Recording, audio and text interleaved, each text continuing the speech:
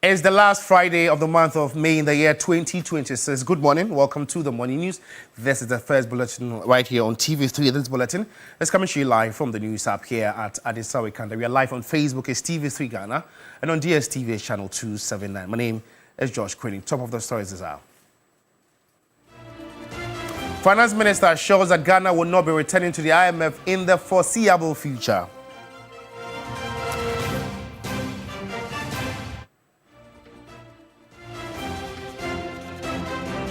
Evacuation of Ghanaians from South Africa sparks backlash online with growing calls for economic retaliation against South African businesses.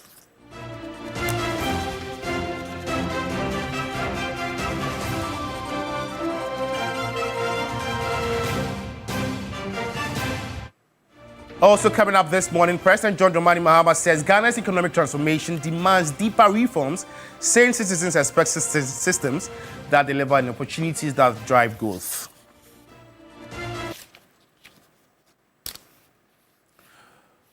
We have details of these and many more coming up in the next 20 minutes if you spend your time with me. We also want to hear from you. We are active on Facebook as TV3 Ghana. The news begins now. The Finance Minister, Dr. Kesilato Forson, has assured that Ghana will no longer require a financial bailout from the International Monetary Fund, IMF, in the foreseeable future. According to him, fiscal prudence and discipline have helped move Ghana's economy from the intensive care unit, ICU, to the wellness center. Take a listen. Addressing Parliament on Thursday, May 28, Dr. Kesilato Forson stated that Ghana's engagement with the IMF will now shift from financial support to focus on reforms. For Ghana, this marks an important shift from seeking financial bailout to engaging as a credible reform partner while continuing to benefit from policy discipline, external validation, and strengthened investor confidence. Mr. Speaker, the PCI will enable us to continue leveraging the IMF's regular policy assessment and expertise as a signal to investors, thereby certifying the credibility of our stewardship and further strengthening our credit rating. The Finance Minister also criticized the Akufo-Addo administration for undermining the IMF program, resulting in the country missing key targets. Ordinary Ghanaians bore the heaviest burden of that crisis. The consequences were felt across households, businesses, and institutions through rapid depreciation of the currency. It is important to recount this, to dwell on the past, not to dwell on the past, but to remind ourselves of the heavy price of fiscal indiscipline and economic recklessness, and to affirm our collective resolve that Ghana must never again return to that path. He also outlined measures being implemented by the government to achieve macroeconomic stability.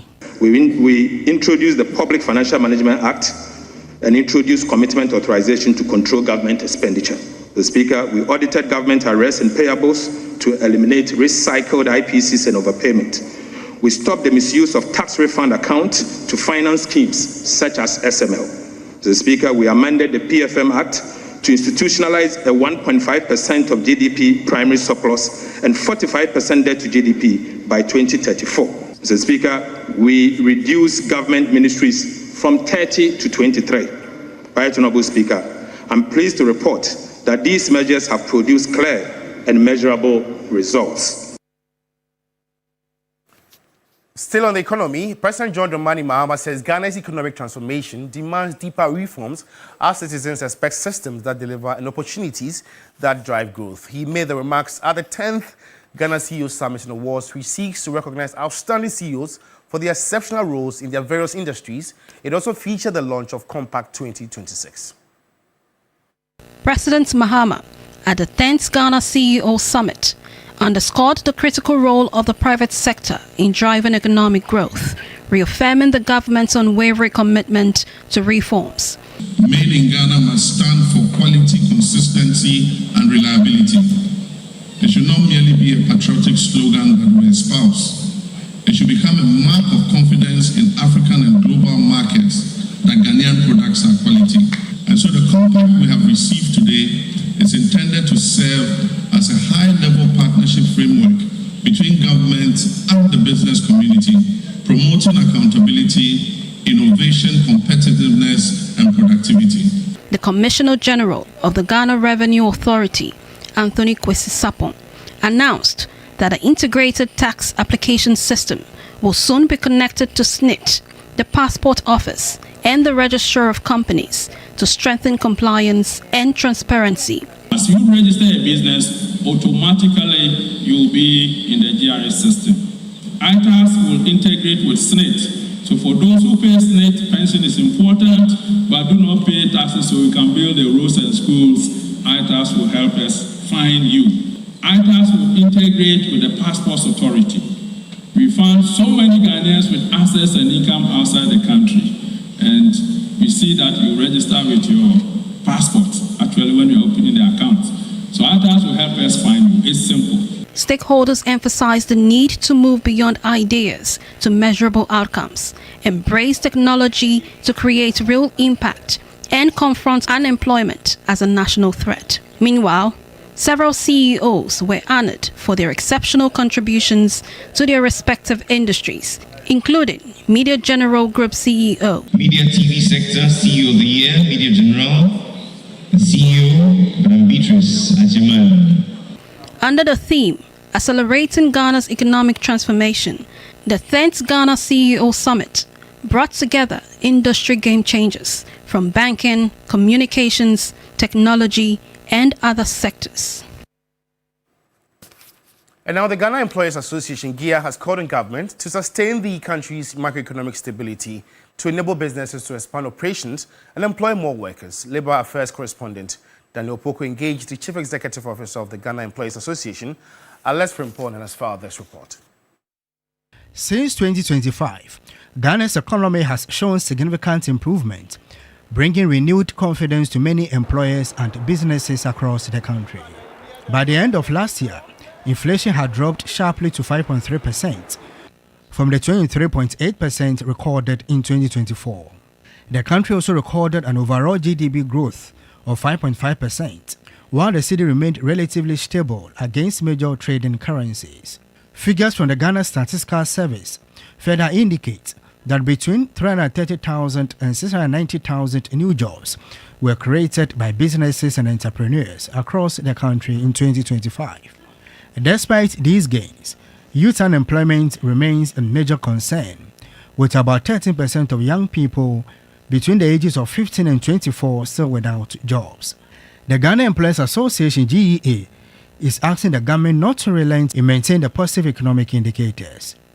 Alex Frimpong is the Chief Executive Officer of the Ghana Employers Association. Let's pray that there's economic progress, there's economic stability, and when businesses are comfortable about the economy, not to worry about one step forward, three steps backwards, I'm sure we should be able to witness an economic improvement that is commensurate with employment creation. He added that discipline, fiscal responsibility, and policy consistency will be crucial in protecting the gains achieved so far. It means that the employers are satisfied? Well, we are not satisfied, or we are not there yet, but at least the signs show that businesses can predict, businesses can forecast what is going to happen. And for me, if a business have that type of arrangement, then it helps in planning, in forecasting. Meanwhile, employers are hopeful about improving economic conditions, with many expected to consider recruiting more workers if the current stability is sustained. Away from issues relating to the economy, some 35 residents in Weija have been evacuated to safer locations by the National Disaster Management Organization, NADMO, as authorities intensify rescue efforts following the continuous spillage of the Weija Dam by the Ghana Water Company. Several homes in Weija, Tetegu, and surrounding communities have been submerged, forcing many residents to flee their homes in search of safety. The ongoing spillage from the Weija water treatment plant has led to rising water levels across affected communities, destroying properties and displacing thousands of families. A visit to the area on Thursday saw residents hurriedly moving their belongings to nearby communities, while others sought temporary shelter with relatives and friends. Later, a delegation from the Greater Accra Regional Coordinating Council, led by the Regional Minister, Linda Akwele Oklu, together with military personnel, and NADMO officials toured some of the flood-hit communities to assess the extent of damage and ongoing rescue operations. The Greater Accra Regional NADMO Director disclosed that at least 35 residents had already been evacuated and accommodated in temporary shelters set up by the organization. The dam will still be open as far as we receive heavy rains from Insawam. This dam is being fed by another dam at Insawam. So it means that as it's full now, it means that Insawam is spilling at full capacity. So this one, they are controlling the spillage. Now they are operating above their maximum operation level, that is 47 feet. They are doing 42 as of today. And these are updates that we receive from Ghana Water on daily basis. And we communicate same to the communities, so they are aware. The Greater Accra Regional Minister, Linda Akwili-Oklu, appealed to residents to cooperate with emergency officials and relocate to safer areas to avoid casualties. We are only pleading with them, like I said, they should agree to the evacuation, understand and evacuate. In fact, their life matters more than even everything. Sometimes they value their property than relocating, and so we'll plead with them that they should agree to it. I mean, this is a temporary arrangement we are doing. We'll bring them back when the place is okay. Meanwhile, the Ghana Water Company says the controlled spillage of the Weja Dam will continue as long as water levels remain above operational capacity, raising concerns that more downstream communities could be affected in the coming days. Flooding in the catchment area in the Weja water treatment plant is not new. The Weja headworks sits on the Densu River, with the plant supplying about 80% of potable water to parts of Accra and its environs. Authorities have looked on while land within the dam's catchment area has been sold for residential development, threatening the safety and integrity of the dam. This attitude appears to permeate almost every aspect of national life in Ghana, and if nothing is done to address the trend, a future disaster could be far more devastating, leading to the loss of lives and properties. Joseph Armstrong, Good Alibo TV3, Weja, Accra. The weather dam spillage appears to be an annual thing, so let's hear from you. We are active on Facebook at TV3 Ghana, and share with us whatever your opinions are. We'll hopefully read them and share them to the rest of the world. And the evacuation of hundreds of Ghanaians from South Africa following renewed xenophobic attacks is now fueling a much broader conversation here at home. What began as outrage over the attack is gradually evolving into deeper questions about economic sovereignty, foreign investment, and whether Ghana should rethink how its strategic resources are managed. And at the center of that debate is Goldfield's Takwa Mining lease. And here's reports by Safa Boyim. For many Ghanaians following the developments in South Africa, the reactions online go beyond frustration over xenophobic attacks. On Wednesday, 297 Ghanaians evacuated from South Africa returned home after renewed attacks targeting foreign nationals. Since then, social media has been flooded with reactions, but increasingly the conversation is shifting beyond diplomacy. One hashtag now gaining traction is hashtag Don't Renew Goldfields Lease, a campaign urging government not to renew the Takwa Mining lease held by South African mining giant Goldfields. The company's current lease is expected to expire in 2027, but beneath the hashtag lies a deeper national conversation, while others want the government to retaliate. International relations expert Professor Daniel Kipo believes otherwise. I wouldn't suggest that immediately we should embark on like kind of revenge, and that will defeat the continent totally.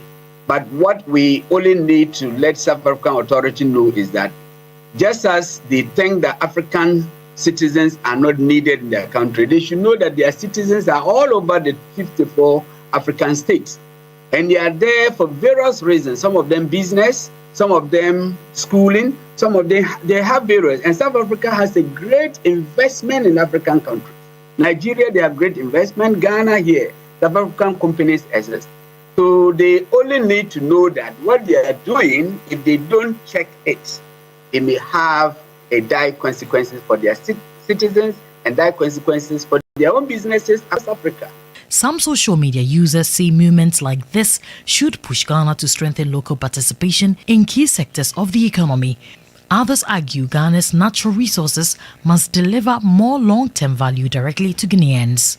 For now, what started as reactions to xenophobic attacks in South Africa is steadily opening a much larger national conversation in Ghana, not only about diplomacy and accountability, but also about ownership, opportunity, and who truly benefits from the country's natural wealth. Safa Waini, TV3 News.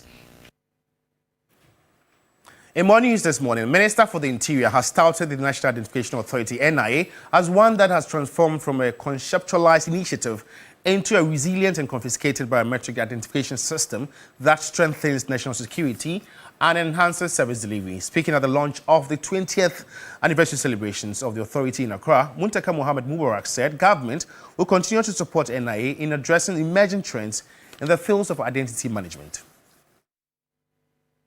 The National Identification Authority, NIA, has successfully registered over 19.4 million Ghanaians and has also issued over 18.7 million Ghana cards. Consequently, the authority has processed over 200 million biometric verification requests and over 640,000 Ghana cards in 2025 have since been cleared of backlog. Feats like this is what the NIA is celebrating. The launch of its 20th anniversary celebrations revealed how far NIA has come and the enormous prospect that lie ahead. Executive Secretary of NIA, Wisdom Yaira Koku-Deku, explained that the Ghana card is recognized for travel across the ECOWAS sub-region and accepted at over 44,000 airports. While we celebrate these milestones, we must also confront the roads ahead. The financial performance of 2025 was challenging, but it is not an excuse. It is a call to action, and so our priorities for the years ahead are clear. We will strengthen data security through ISO certification, position the Ghana card as a foundational ID for all services, enforce biometric verification nationwide, deepen interagency collaboration, expand research, monitoring and evaluation. Minister for the Interior, Muntaka Mohammed Mubarak, stressed that government will continue to support the NIA in delivering on its core mandate, which is giving identity to Ghana's over 30 million population. In 2006, Ghana embarked on a bold and necessary journey to establish a unified and reliable system of identification. The vision was clear, although the road ahead was fraught with uncertainty. The undertaking was complex, expectations were high, and resources were limited. Yet, through determination, foresight, and unwavering commitment, a solid foundation was laid. From this modest beginning, the authority has evolved into a cornerstone of our governance architecture and economic system.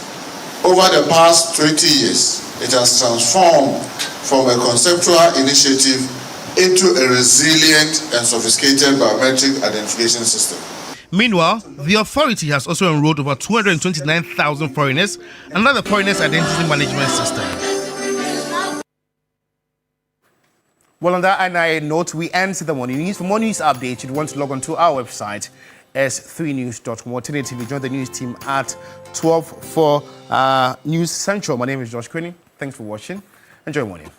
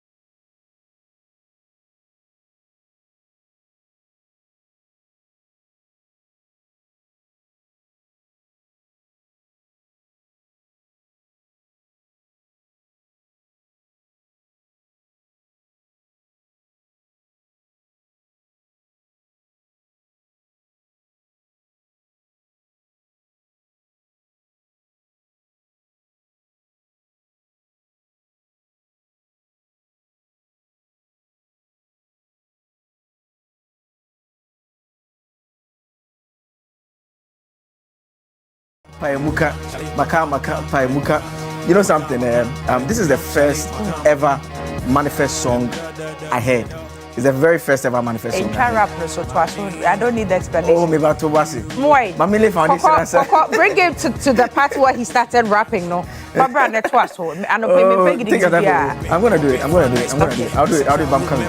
You know, I'm saying that this is the first ever manifest song I ever heard. You know, and what caught my attention is the very first line of the song. Okay. He says, Reggie Bayen, or say Maka, or Brafo Bayen, or say Paimuka. Into your carbon, Maka, Paimuka, and it just caught my attention that first time. Reggie Bay, you know. Or say Maka. You know Reggie's what? Yes, first Maka, album. of course I remember. Then Obraf was Paimuka is like his biggest album ever. Right. So he says Reggie Bay or say Maka. Obraf or Bay or say Paimuka. Into manifest Makabum, Maka, Paimuka. That's the first line. So then I was like, oh damn. But that's quite easy to learn though. Yeah, it is. But I mean, I was just amazed by the guy's flow and everything. See, like I love Manifest so much. He's my favorite rapper. I mean, I don't think there's anyone better than him in these parts. I know the debate's all over the place, but trust me, anyone who does not love Manifest, you are just not listening to him. I'm sorry, guys. I love every other person, but it's just Manifest. Wow. Good morning. It's a manifestive morning. Yes, right? a manifestive morning. Yes. Okay. It's good to see you. Yeah. I've actually been waiting for you all week because since your birthday on Tuesday. Wednesday. On Wednesday. Sorry. And we haven't seen you and we haven't interacted much. And a lot of the issues tabled or trending this week needed you to explain to me personally. You know how I would call you and say, Nable. So first off would be the delegates. Which one is that one? Yeah, I mean, it's the delegates system of voting for political parties. So pin that down. Yes, that's number one. pinned. Number two is BOG contesting GN Bank reinstatement. Reinstatement, yes. Yes, that one That's is number two. yeah. And then number three is the former Attorney General withdrawing his services as, was he a lawyer for? Yes, he was a lawyer in one of the cases that was at the Supreme Court for the former Chief Justice, Gertrude Tokon. Okay, so I need you for those explanations. I think we can take that one off the table quickly. You see, when you instruct me that I am your lawyer, right? What happens is that I will be representing you in court, and it will mean that a lot of the processes that are filed subsequently. So normally when you are sued, they will bring the documents to you. But subsequently, all the processes that are filed, they will be brought to me because I'm acting on your behalf as lawyer. And once I enter appearance, I will indicate that if they want to give you any documents, they should serve the documents on me. So the thinking of the court is that in the event I, as the lawyer, decide that I no longer want to represent you for whatever reason, and we are withdrawing from that representation, the court will want to satisfy itself that Cookie is aware, Cookie has received notice of my decision to withdraw from the case, such that you would have the opportunity to instruct someone else to act on your behalf. So that's basically what played out at the Supreme Court. The Supreme Court said that there's nothing on its record to show that Gertrude Tokon, the former Chief Justice, is aware that Godfrey Dami has informed the court that he does not want to represent her anymore. So the court said that. But why doesn't he want to represent her anymore? It could be so many reasons. I mean, it could be so many reasons. I mean, it's very difficult to hazard a guess. Right. I mean, even in my short stint at the bar, there's a client that I was handling personally that I advised that we should no longer represent her. We withdrew our services from it. So it could be different, very different reasons why you may not. I mean, some would hazard the guess that, well, you don't want to lose a case. I mean, it could be for pure ideological reasons. Sometimes you could disagree with your client on how a certain matter should proceed. Right. And you decide that, well, in the interest, I want to stay away. Sometimes too, you could just have too much on your plate and decide that you want to step away from that. And so that is basically what transpired. So because the court did not have, and they did not have proof that Justice Gertrude Tokon was aware of his withdrawal, the court says, okay, well, they will treat you as acting as her lawyer still. So all the process that you have filed is still intact. Right. If subsequently she makes any changes, that's fine, but we've adjourned for judgment. I think they are supposed to deliver judgment in July, thereabouts. And so that is basically it with regards to that. Then you also mentioned we want to concentrate here this morning especially, and that's where we will need our viewers to also calling to contribute. So what the NPP is saying right now, that when it's time for their primaries, they are not going to depend on only delegates to do the voting. So the NPP... The entire card-bearing membership. That's the position of the NDC, actually. That's the position of the NDC. And the CPP, we understand, also aligned to that position as well. But the NPP, we understand, they disagree with that. They believe that the delegate system in its current form is fine. It's still okay for them, right? The case was actually filed by a number of esteemed citizens, Professor Kwabena Frimpong-Boateng, Dr. Nyaho Tamaklo. I saw that. They instructed Merton and Everett, Oliver Bakavoma was law firm, to file a case at the Supreme Court. They are simply saying that Ghana's constitution says that political parties will conform to democratic principles. So their argument is that they don't think it's democratic enough for the fact that there's a political party, but only selected members vote to elect who leads the political party. Why not allow all members of the political party to vote? But if they allow, on the lighter side, if they allow all members, how would we share the TV? Well, it will mean that... That's on a lighter note, don't come for me. No, it's a significant point. In fact, the complaint about the delegate system has been that if you don't have money, you can't win. Yes, you cannot. You cannot. Because, and we saw it. We've seen it on the NDC side. We've seen it on the MPP side. And especially in the last by-election in Nima. Nima, yes. We saw it. It was evident. It was glaring everywhere. So maybe that's why they're contesting it. Because if we allow everyone to vote... I was going to say that on the flip side, it will mean that if you want to win, you have to have more money. Right. I mean, basically, because you have to more or less reach out to everyone. But there are questions that people ask. I think generally, ordinary people who belong to political parties will be satisfied in their thinking that, well, we all get a chance to vote. It also means that whoever is elected by the political party will definitely reflect what the majority of the political party people believe in as well. And so that is one way to look at it. And I think it's something that we can put to our callers later on when we do the This Morning segment to share their views with us. Do they think that we should do away with the current delegate system and allow for all members of political parties to vote to decide who leads them in the national elections as it should be? I don't know what your thoughts are, but it's something that we'll get to it when we activate the phone lines. But one other pressing issue is the xenophobic tensions in South Africa. And I'm a little disappointed in Julius Malema, the opposition activist in South Africa. I mean, he normally would come out, vehemently talk about public social issues. And for the most part, you would agree with him.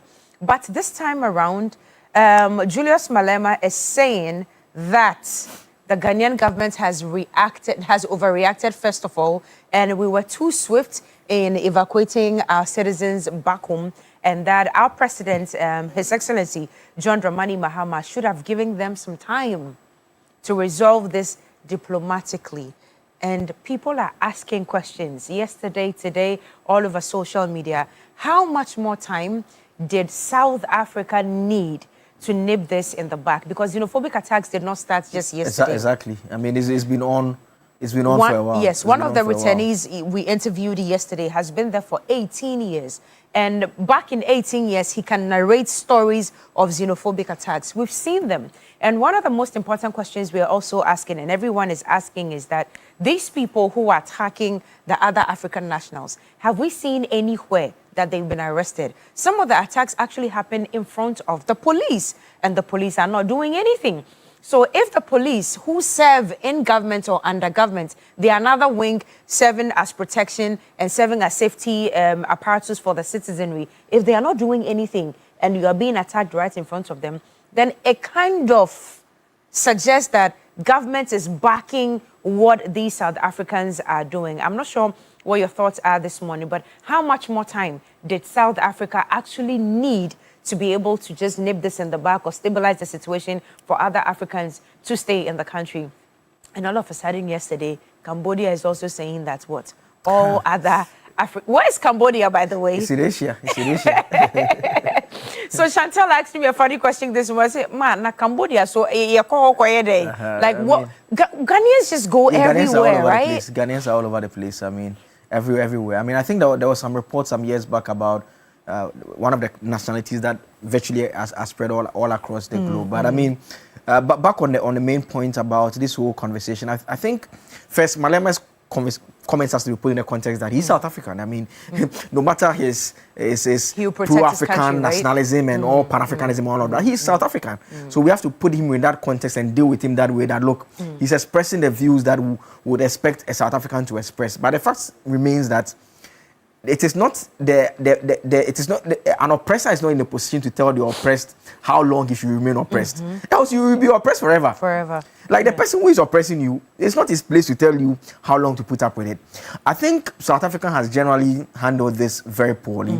I think so especially given their own history of apartheid. And that begs the question that if there is any African country that you would expect not to do what South Africa is doing, given their own history, it should be South Africa. But yet, that is what is playing out. And I think there's a part of the conversation that we need to have about how we need to make Ghana a better place for most people. It should be our first choice. It's a part of the conversation. The greener pastures should be here. Should be here. We should not go elsewhere to look for. I mean, it's fine to want to, but it shouldn't be the default. Right. I mean, a lot of people, when you talk to young people, I remember during my days at the university, I can think of, at least I know of about 8 to 10 of my colleagues who, right from first year, they were very clear in their mind that the university was an avenue to leave the shores of Ghana. And about 7 of them at least are doing very well in Germany, the United Kingdom, United States, Canada. They are doing very well there.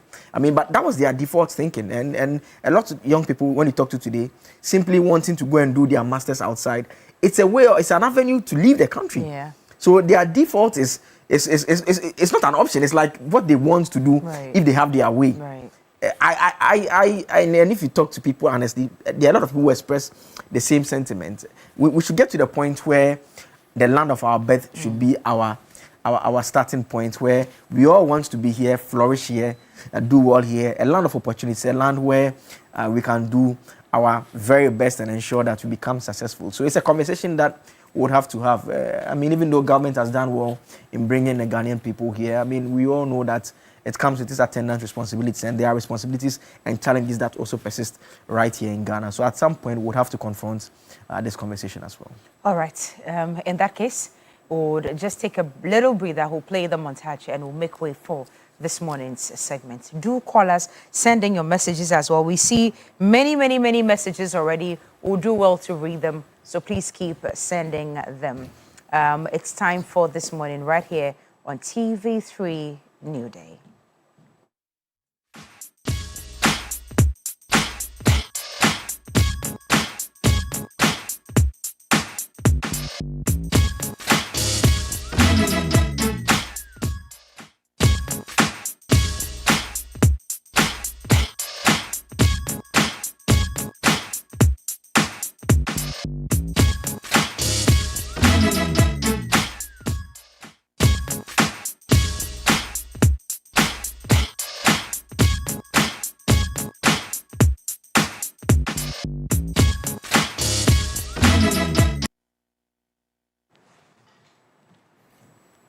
You're welcome back to TV3 Newday, and this is This Morning's segment. Call us and let's know what your thoughts are.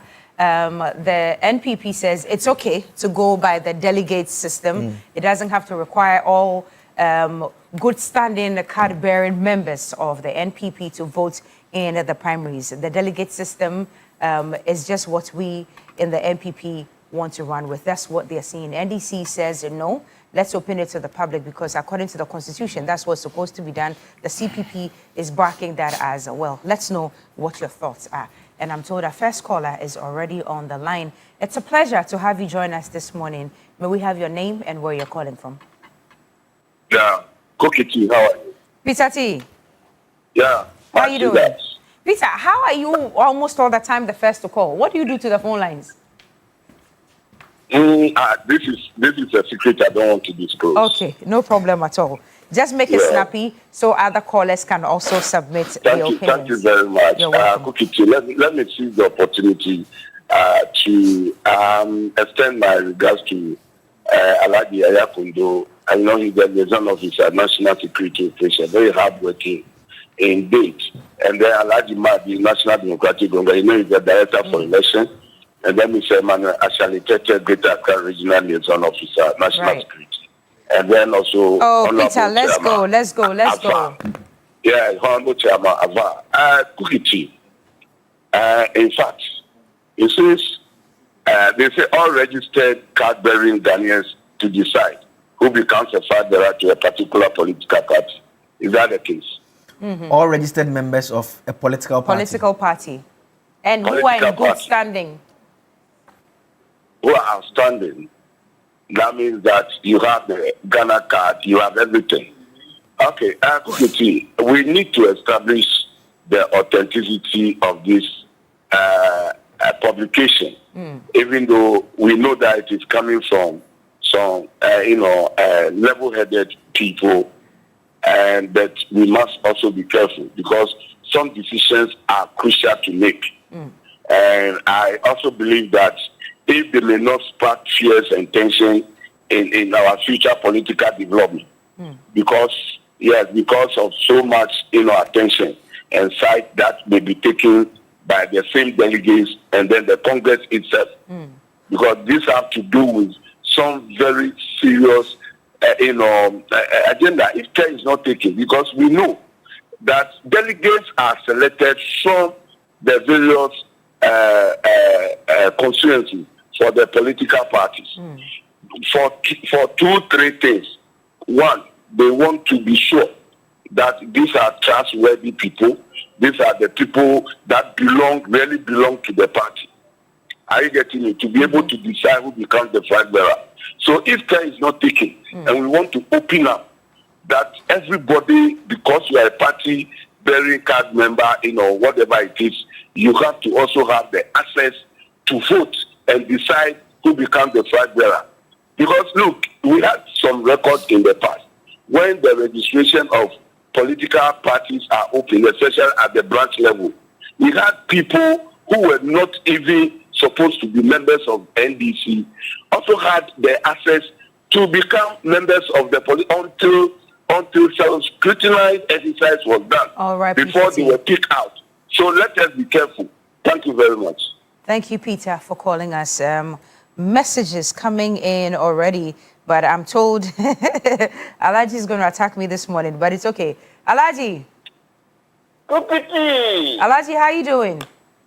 Oh, Kukiti, how are you? Alaji, I am very well by the grace of God. How are you doing? Akabe, I hope everything is well. Yes, I'm fine. We thank God. We thank God. Let me send my greeting to Alaji Alasan and Shamima Muslim. That's it. Don't send any more, please. I don't. Oh. I shouldn't get deputy. No, it takes too much time, Alaji. Please, let's be fair. Alaji, it takes too much time, so we want to be fair to the other callers. So just go straight to the point. No problem, no problem. Thank you. Is he Kukiti? Is he when these people bring in this issue out? Nyahu Tamakulu, formal what's the name? Professor Frimpong Boateng. Professor Frimpong Boateng. They are intelligent people, but let me tell you something. 2015, NDC, we expand our electoral college. Do you know what is happening? Tell us.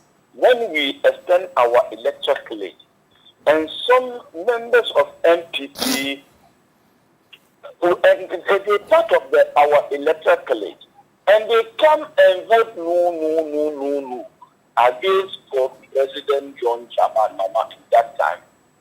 If we do something, we need to be reasoned and do that things. Because when we started and count the delegate system, if you are a registered member for your party, you need to have a voting right. Is that also? So can we select the right person to that political party? Okay. This is a simple question and we have an action. So let's think how we can do to solve our problems in this country, because that delegate system bringing problem into our party. Because we can have a person who has intelligence to lead that country. All right, Alaji. And because of the delegate system and they go and select the weak candidate. You know, your friend is very for vying for the regional communication, and Aziz Dola also vying for the communication officer, and I also vying for the communication officer for Sabulugu.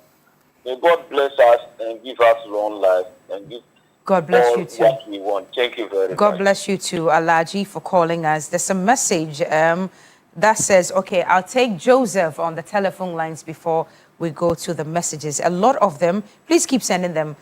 Joseph Akable is also here to read as many as possible. Good morning. You are in the right place. If you're looking for TV3 Newday, let's have your name and where you're calling from. Good morning. My name is Joseph. I'm calling from... Hello. Hello. I can hear you. Good morning. Great. Good morning. Oh, I think we've lost him. Humado Sichofe. Is he still on the line? Hello. Good morning. Hello. Good morning. Hello. Good morning. Okay. Humado Sichofe says, good morning, T and Blay. Allowing all members to vote instead of using only a delegate system is known as one member, one vote, or direct voting by the membership. This approach promotes greater democracy, inclusiveness, and... I think the caller is back on the line. Hello? What the Supreme Court has said, because how possible can I be a member of... Hello? Yes, sir. We didn't catch your name and where you're calling from, and we missed the beginning of your submission. So if you don't mind, would you take it all over again? Okay. My name is Mr. Aye from Sunanya. Okay. Mr. Aye, continue, please. What is it that you wanted to say? Yeah. The political parties, they are very, very naive. How can I be a member of a party? When it is a time to elect leaders, I have no opportunity to vote. How possible? How possible can I be a member? Let's say not or not that. But I cannot have a way of decision by voting for leaders. That great way for their criminal and their evil deeds. Because they get the opportunity to do their evil and their criminal things for the selected few. If you come to Somania, my police station, we have more than 600 or both. We have about 1,000 people over there. Okay. How can you come and share TV for us all?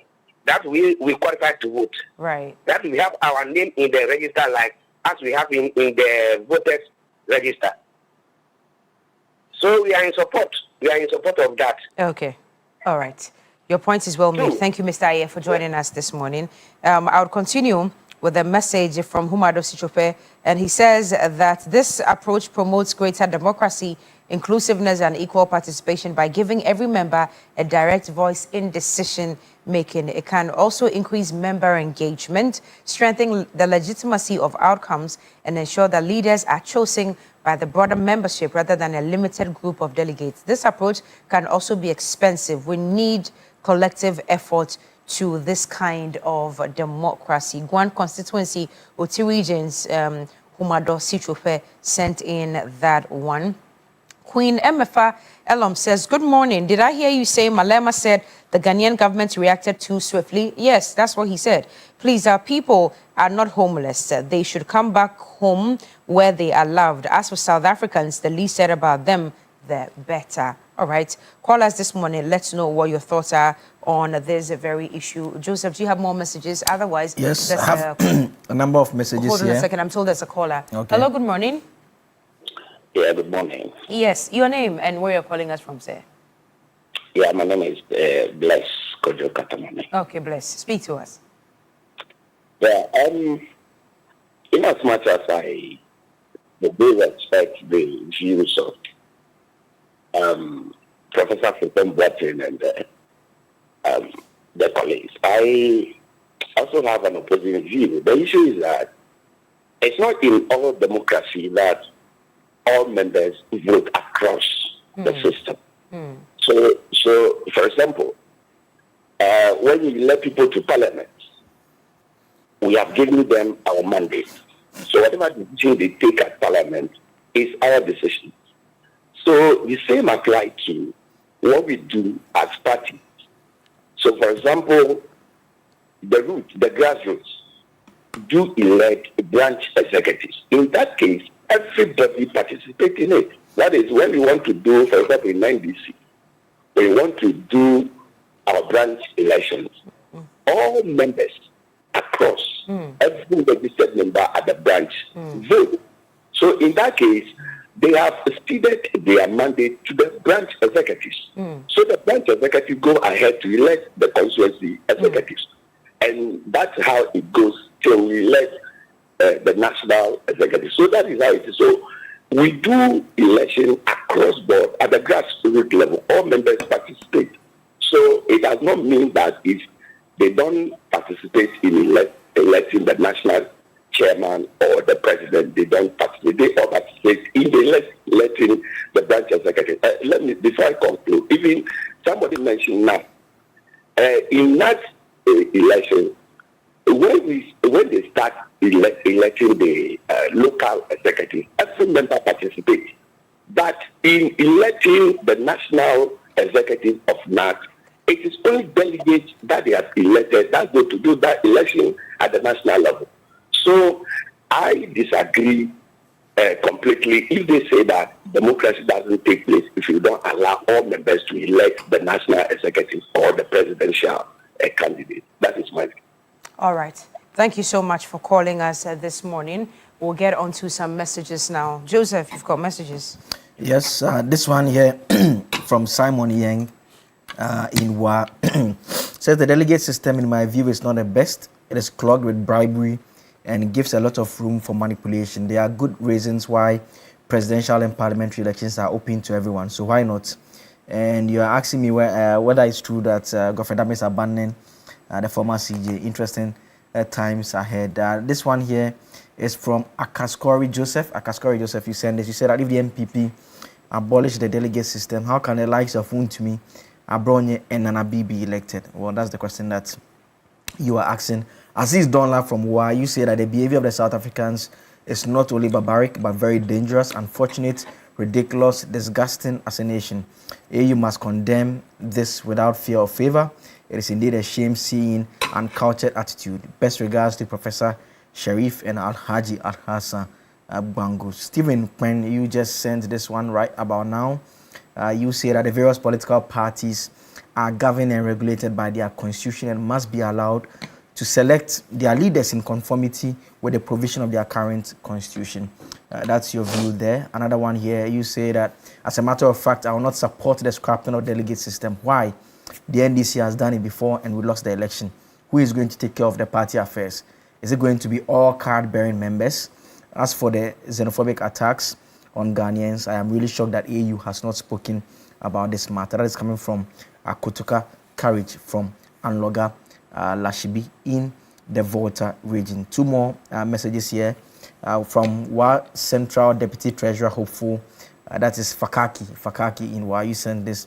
You said I completely disagree with Maleme's assertion that Ghana overreacted by evacuating its citizens during the xenophobic attacks. A responsible government does not wait for any state that is to protect the life and dignity of its citizens wherever they are. Preventive action should never be mistaken for overreaction when human safety is at risk. And this one here from Kwatin Amanin Kokro, Kofi Kwatin Amanin Kokro from Insuta. You say that you believe, you said you believe I am a member of the Ghana Bar Association. Imagine you're a paid up member, yet due to the delegate system, you are told you are not qualified to vote in the election to choose your leaders. That is the situation we now face. The Attorney General and the NDC's decision to support the universal adult suffrage is a laudable one. But me have not expressed that opinion. Yes, well, Justice Yosa Conlan says, please, expanding the Electoral College is the best way to discourage monetization of our politics. This current arrangement only helps in enriching a few people, yet selecting the richest rather than the most competent. And another caller has joined us on the line. Hello, good morning. This is TV3 Newday. Hello, good morning. Well, let me move on to Chachu Chikata Jr.'s message that reads, what is happening in South Africa is deeply disappointing. African leaders must with immediate effect step in and address this matter, or we, the youth of Ghana, will soon be forced to rebel and take action against South African citizens here in Ghana and their businesses. In fact, Honorable Malema of South Africa is deeply disappointing. The delegate system also is indirectly not the best approach and must be looked into, as it breeds corruption and brings disunity to political parties. Greetings to my boss, Honorable Peter Lanchin Tobu. All right. Another caller has joined us on the line. Hello, good morning. Good morning. Is your namesake that's on the line? Would you want to pick this call? Good morning, Joseph. How are you doing? Where are you calling from? I'm Joseph. I'm calling from Po in the Volta region. Okay. What's on your mind this morning? Yeah, I'd like to please talk a little bit about the delegate system, which is ongoing. Okay, go ahead. All right. I would like to believe that leadership should always have a form of a chain, that at certain point, certain decisions can only be taken by a certain high level of the leadership. And so I want to believe that in this particular situation, the constitution that governs each political party should be respected. And more so, in the case where decisions will have to be taken by almost everybody, it is going to serve some form of confusion. And so I agree to the point where only decisions are taken by certain stages of certain leadership designed for a body or an organization. This is what I really would want to believe is the best for the parties involved. All right, Joseph, thank you very much for calling. We have another caller on the line. Good morning, your name and where are you calling from? Good morning, my brother. How are you? Abu speaking from Second D. Okay.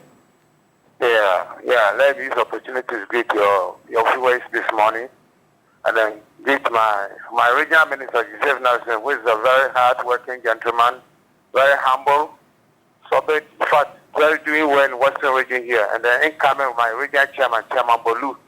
Yeah, another such gentleman who is very humble too at the Western region. I think if this man be able to become a regional chairman, I think we are going to claim all the 70 seats in the Western region here, inshallah, 2030. Inshallah, may Allah protect him. And then I'm very, very happy for this judgment, this court issue, voting, political voting. You see, it's good to allow everybody who has their name in the register as a police station, instead of selecting only just about a few or three people to decide for all of us. I think it's very, very, mature our democracy. So I'm appealing to the judges and others who are supporting this issue. We have to do serious application so that they will open the system for everybody. To every house will be able to go the national, open the voter register to everybody to vote, say his opinion. I think it will be very, very, useful than only selecting 3 people. I think that would be the best. And let's talk about this South Africa issue. I'm totally condemned this South Africa, this xenophobia issue. It's an abuse for African unity, because this is not Kwame Nkrumah's vision to unite Africa. Or Sergeant for Dr. Kwame Nkrumah, decided to unite the whole Africa. That's why he used our Independence Day to say that Africa, a Ghana independence is meaningless unless it's total liberation of Africans. And then they overthrow Kwame Nkrumah. So his vision just got mixed. And we have some people to come and misconduct himself in this Ghana here. Those people who overthrow Kwame Nkrumah and alien compliance law, that brought that issue. Nigeria has the same issue. I was part of those people who Nigeria protested during the Roaring time. So let's accuse those people who start this issue. They are the cause, they are the mess of this cancer.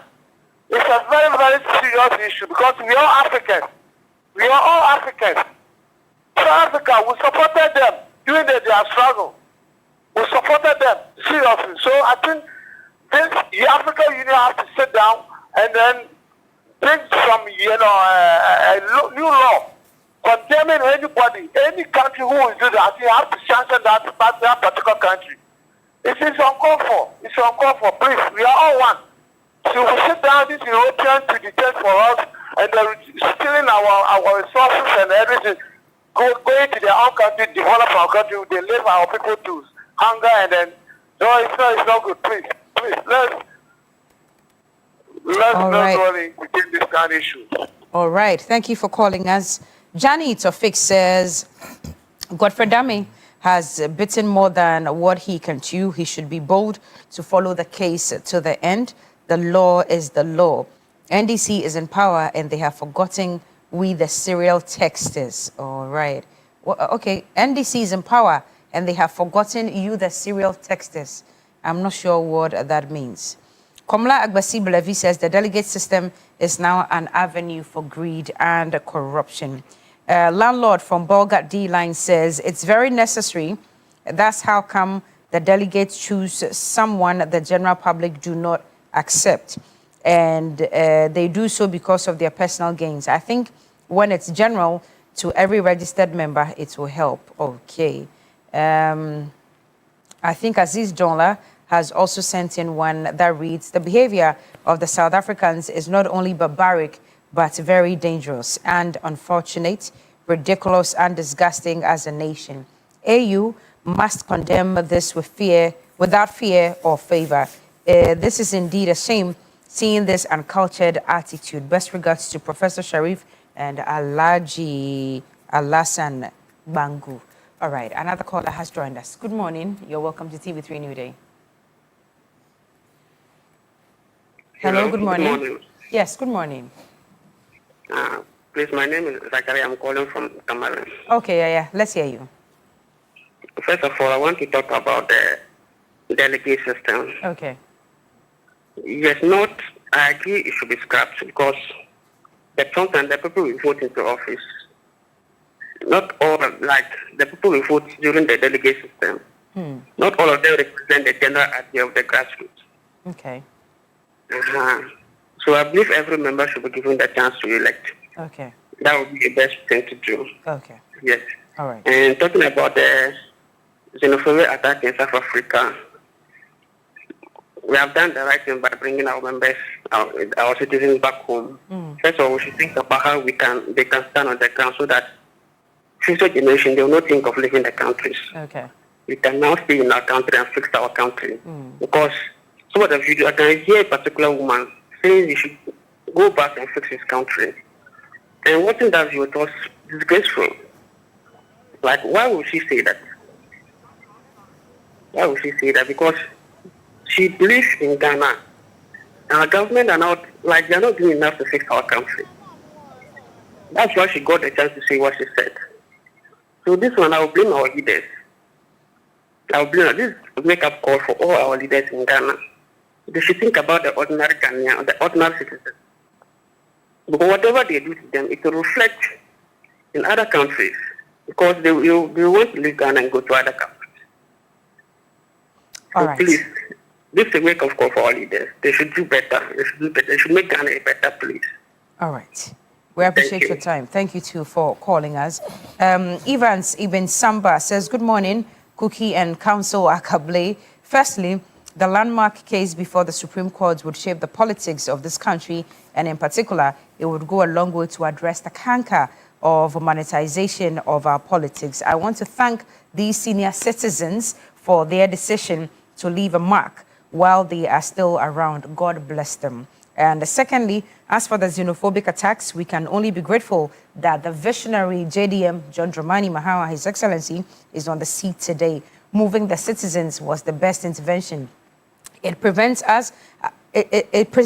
us as a serious nation. South Africa is worried because they don't know what we may do next.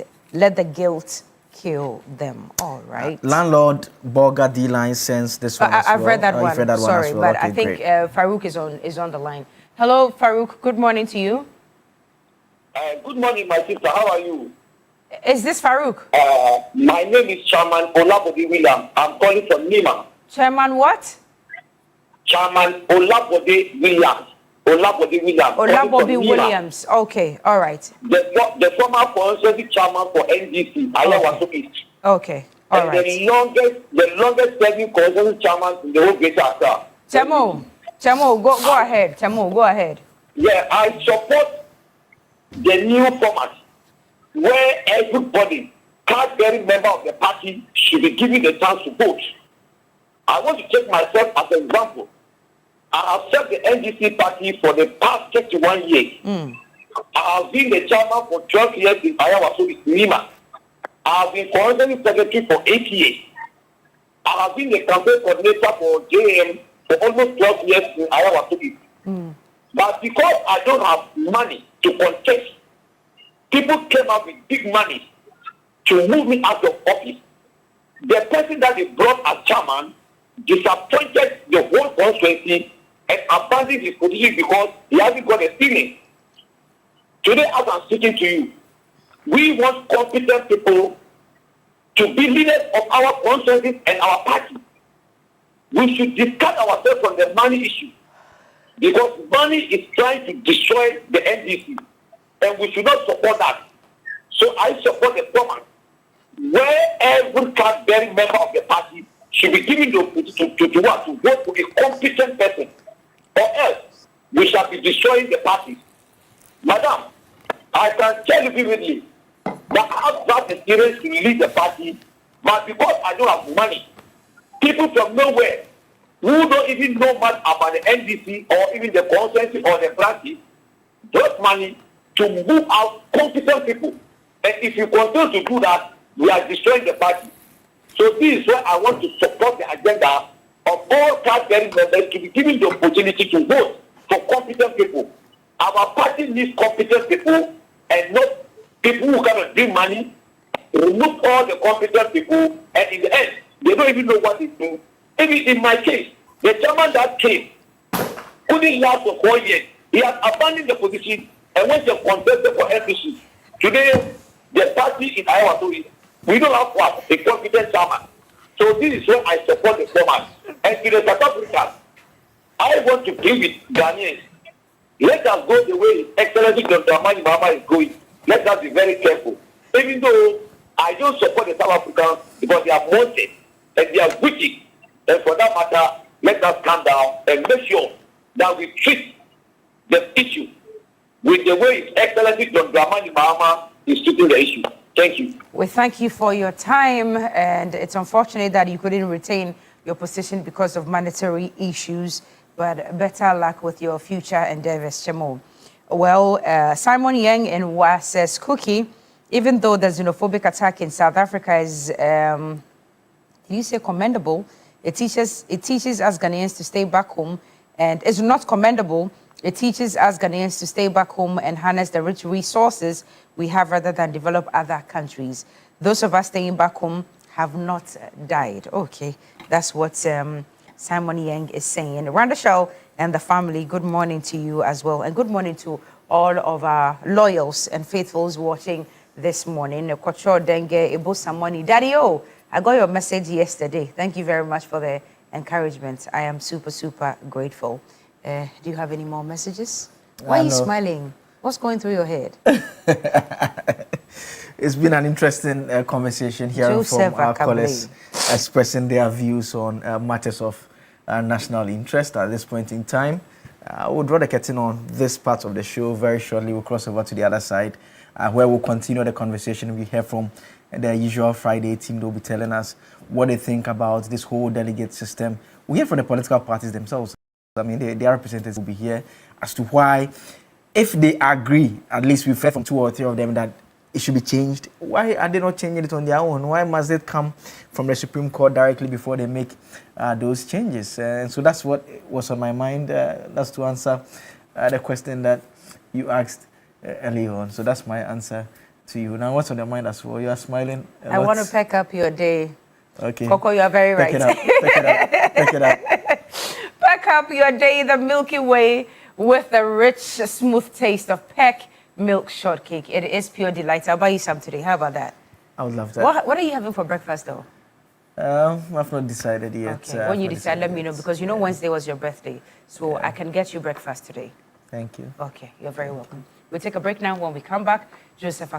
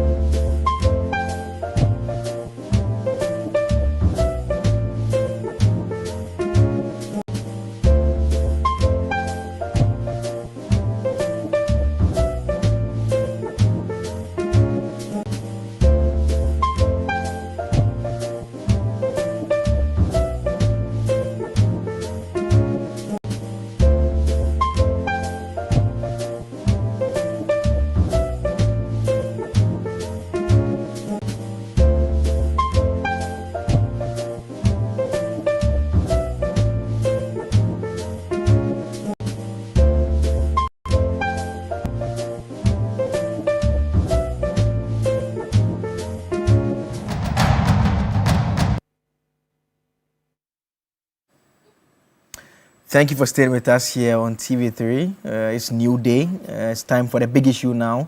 And we are going to zoom in right on that discussion that commenced with the phone-in segment when we allowed all of you to call in and share your views with us. The delegate system of voting, which has come up quite strongly this week because of the issues surrounding the case that is currently at the Supreme Court.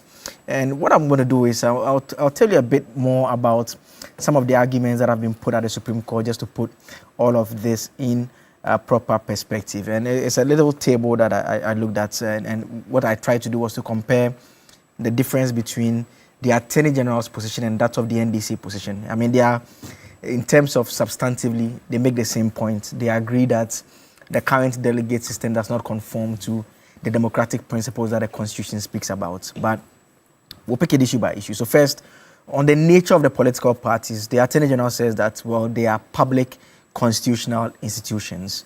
The NDC says they are voluntary associations, but constitutionally regulated. So public constitutional institutions, NDC says they are voluntary associations, but constitutionally regulated. In terms of whether the court can intervene, the Attorney General says that, well, they support the judicial supervision.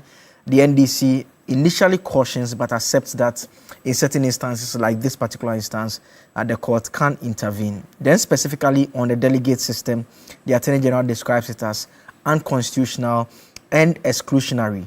The NDC takes the views that ultimately they agree that it violates Article 55(5) of the 1992 Constitution. That's the provision that speaks about parties organizing their affairs in a manner that conforms to democratic principles. The remedy, what they expect to resolve the situation, the Attorney General says there should be structural constitutional reform. The NDC says there should be reform, but with moderated practical consequences. Then there's a comparative law analysis that they both undertake. The AG makes reference to Germany, South Africa, Kenya, Nigeria, and various international instruments. The NDC also makes reference to Nigeria as well, the US, and Ghanaian constitutional jurisprudence, basically looking at what these various legal frameworks or legal systems have to say about the extent to which courts should interfere with the affairs of political parties amongst all of that. And so the overall takeaway is that the Attorney General and the NDC substantially support the plaintiff's substantive claim that internal party electoral system must become more participatory and democratic, and that the main divergence lies not in the ultimate constitutional conclusion but in the degree of judicial intrusion into party affairs and the practical consequences and remedies flowing from a finding of unconstitutionality. And during the call-in segment, I don't know if it will be fair to say that maybe by a slim majority, though you don't seem to support the view that it should be opened up, i.e. the delegate system should be abolished. I mean, a lot of you who interestingly introduced yourself as members of political parties, some of you were greeting your party chairman, and some of you were describing yourself as communication officer, hopefully, and all of those things. All of you, your messages and everything, your contributions were to the effect that you don't seem to agree that we should do away with the delegate system. Well, it's what you guys tell us is the cocoa season. So if you don't want to do away with it, well, it's a conversation to be had. But now the matter is a legal question that the court must answer. And so that's what we'll be engaging our attention this morning. Joining me in the studio for the discussion, Kwame Prempeh is former Deputy CEO of the Public Procurement Authority, a member of the New Patriotic Party. Mr. Prempeh, good morning. Thank you so much for joining me this morning. Engineer Prempeh. Engineer Prempeh? Yes, please. Oh, I see. Civil engineer, mechanical engineer, what type of engineer? Aerospace engineer. Aerospace engineer. Oh, that's nice. Interesting. Interesting. Okay. He's going to help us to go to the moon. Help us to go to the moon. To the moon, yeah. You have to do that. Interesting. Also joining us in the studio this morning, Ebo Bakman. You heard his voice already. Ebo Bakman, Deputy Director of Communications, United Party, a regular on this show. Always, he's with us in the studio as always. The Kamadin is not here, so. Kamal is not here. Yes, Prempeh will not fight you today.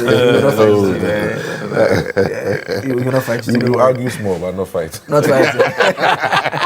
Right. Let me start off with Ebo first. And UP also have a delegate system. Okay, you are yet to, since UP was formed, you are yet to have an internal processes. But I'm assuming that if you were to have organized it, it would have been a delegate system, basically. Yeah, we are even looking at the issue of selection more than the delegate system. When you say selection, what do you mean? If you go to, for example, if you go to a constituency and you can interview people who have the potential to become leaders, then after the interview, the best person can be selected. We believe that we are looking at the cost of elections and its effect on our national development. And we believe that if we can do things that would reduce cost of election, it would eventually have impact on our national development. So, yes, because we've come from a political party like MPP, where the delegate system is normally, controlled and manipulated by a few people, we think that moving forward, we shouldn't go back to the same system. So our system is quite different, but a situation where we would have to consider other options, yes. But we are not in support of this delegate system at all. So I'm excited that it's being tested in courts. I don't think we can build a very strong national democracy on a weak internal party democracy. So it begins with internal party democracy. That is where we should pay more attention to. Because whether you like it or not, political parties are gateways to national leadership.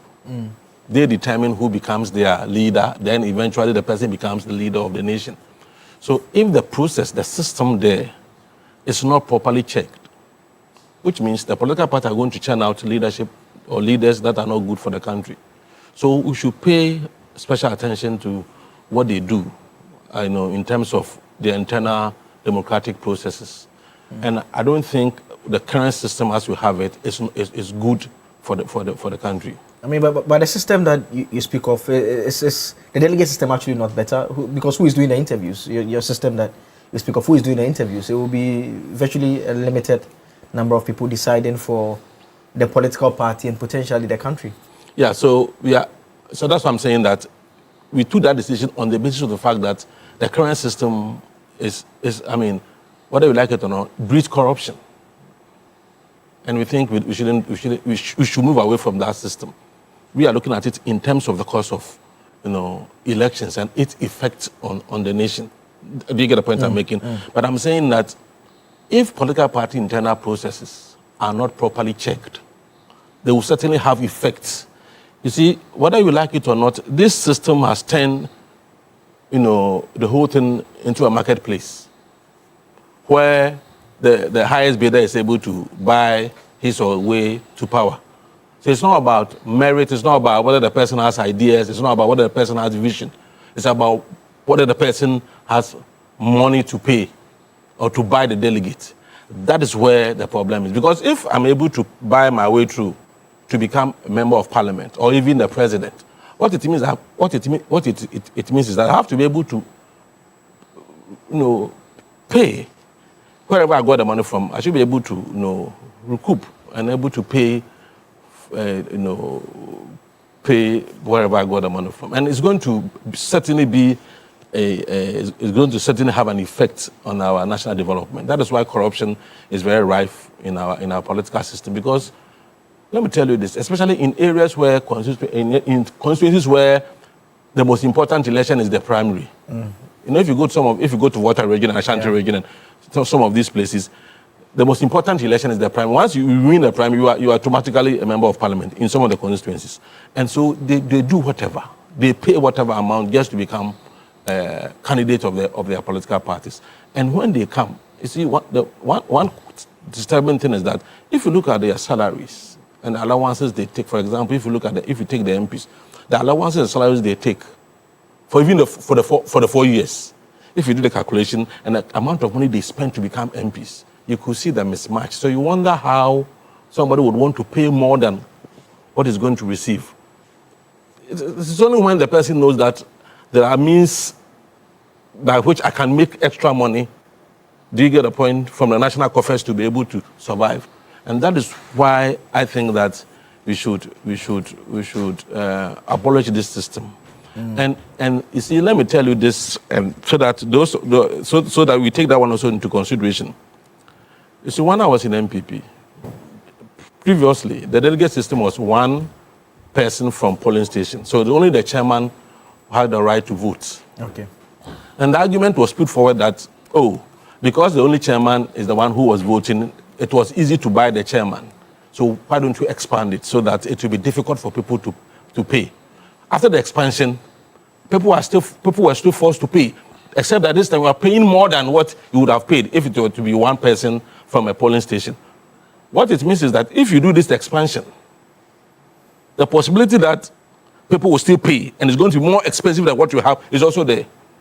So we shouldn't just look at the issue of allowing everybody to, or card-bearing members to vote. We should also look at the monetary aspect of it.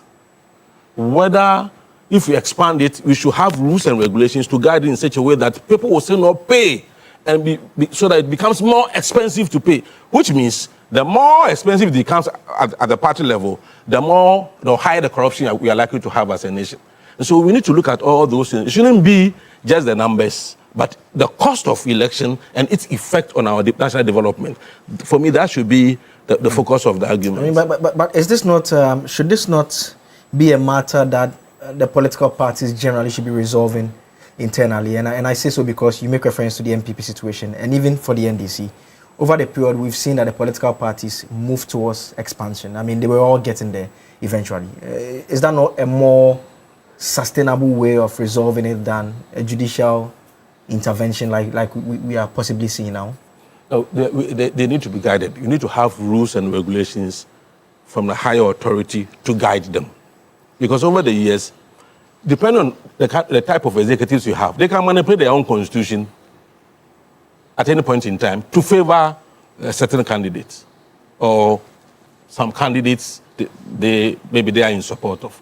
So if you don't have a higher regulation that regulates the activities, then they can do. Because the parties manipulate their constitution all the time. Remember, MPP introduced what is called superdelegate. Now it is off their constitution again. So if you don't regulate the activities and you allow them to do what they like, I'm telling you, it's not going to augur well for the country. The way it is going, I think we should all be worried that the way the corruption cases that are coming out, the amount of money involved, and I've said this and I want to repeat it. If you remember, 2023, that's my own view. 2023, if you look at the national service issue, the corruption cases that came out from the national service, you realize that 2023 the figure went up. The 2023 figure was an outlier. It shot up. So could it be that it's because a political party was having its internal election? Do you get it? We need to be able to do that kind of connection to see. And 2024 too, the same. If you look at the corruption cases, like the one that is now on the table now, the 13 Africa Games and all that. So certainly there's connection there. There's kind of connection there. And we need to be able to solve that problem. If you can solve the problem at the party level, I'm telling you, it's going to go a long way to affect our national development. Okay. It's quite expensive. Kwame knows it. In fact, I have contested the election before in MPP, 2004. I contested Honorable Christine Checha. I was a teacher at Ghana National College. I didn't have much. I was able to contest effectively. It wasn't expensive. Today, there's no way I can contest the election in MPP primary, for example, because of the nature of the system and how expensive it has become. So let's look at it as this is something that all the political parties must participate in. So if we are to solve the problem, all of us must come together and find a way. Even if there are rules and regulations from a higher level, we should, even as political parties, we should, for the sake of this country's development, we should all look at how we can reduce the cost of election internally, so that it doesn't have any cascading effect on our national development. And let me come to Mr. Prempeh now. And Mr. Prempeh, I mean, we understand from what we've heard from the courts that it does appear that the MPP is the only one that is taking the position that your delegate system that you are currently implementing is fine. It conforms to democratic principles. I mean, the party has over the period tried to expand the electoral college. So the question remains that there was always going to be the point that you're going to open it up. So why the resistance? Right. Thank you, Blee. I mean, first of all, let me say a good morning to the viewers, and also extend the warm greetings from His Excellency Dr. Baumia, the former Vice President, to all Ghanaians and all viewers this morning. Blake, I think it's a very good point that you are making, right? If you look at the delegate system, right, I don't agree that the delegate system is undemocratic. It's a democratic process. We can have all the arguments against this, and I side with some of the arguments, but the particular argument that is undemocratic, that one I don't agree with, right? My friend has mentioned a few of the, cons when it comes to delegate system.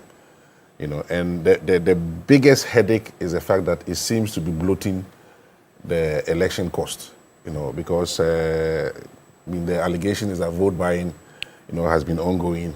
We saw it in, certain recent, primaries. Was it Ayawaso Central, for example, where it was widely reported, that some items and some money were exchanged hands, whatnot. It has also happened on the side of my party as well, where it has been reported, in the past that people have been giving money and all that.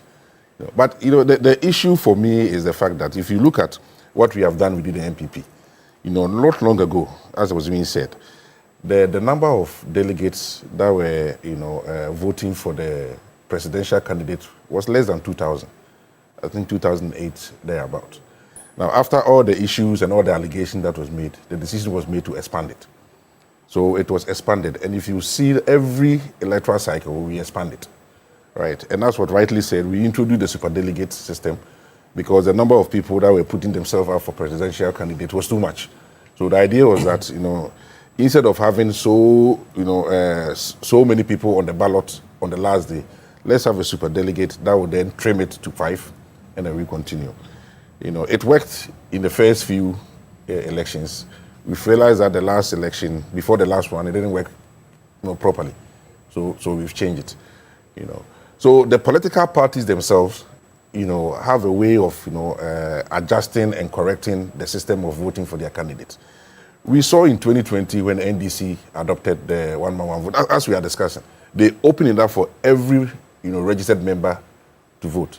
But they abolished it afterwards because we are talking about the cost of running an election.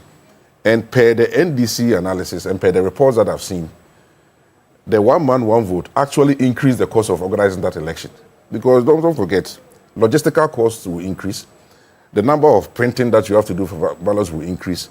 And then thirdly, they were citing sabotage from external forces and all the external, parties and all that. So it's also not a perfect system. There are issues against it, and costs will increase. As has been rightly said, we moved from 2,000 for selecting our presidential candidate. The last one was about 230,000. And yet, there are cases, people are complaining that, people have to pay, X amount of money to certain people, which was termed as TNT. Then my question is, if we increase to one man, one vote, right?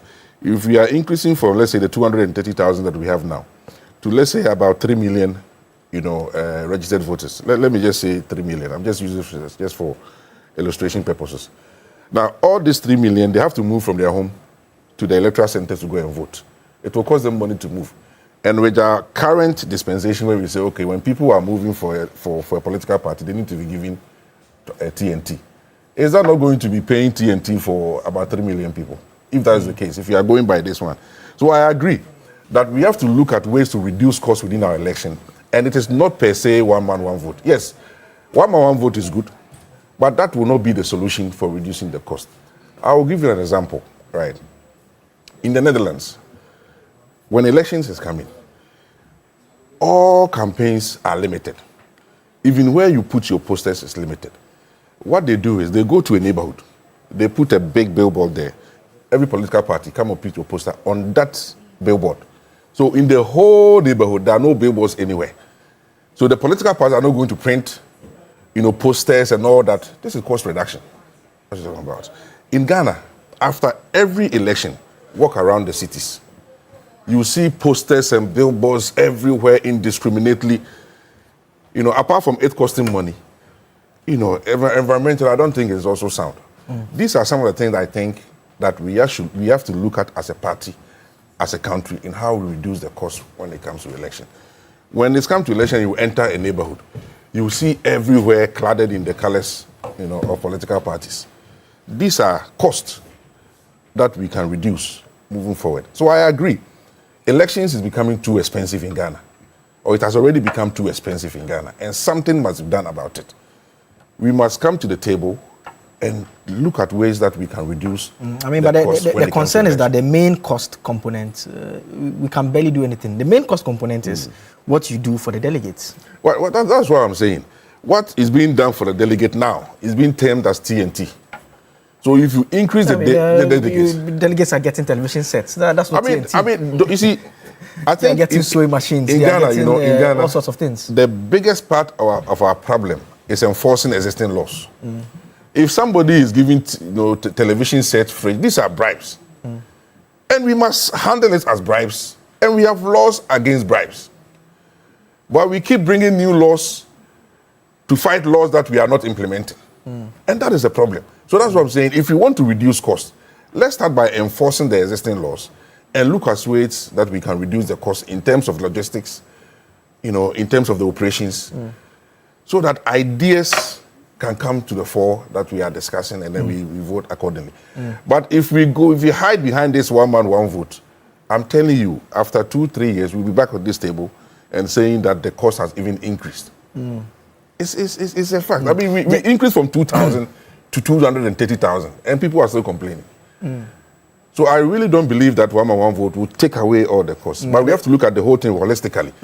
Just a step back to something you said in the early part of your submission. You said that you disagree with those who say that it's not democratic. If you can expand a bit on that point, those who say that the current delegate system is not democratic. I mean, their argument is to the effect that, democracy in its very, very simple explanation is that people have an opportunity to express who and what they want, basically. And the thinking is that when more people have the chance to have that expression, that is more democratic than when we limit the number. What's your response? You see, representation is also democratic.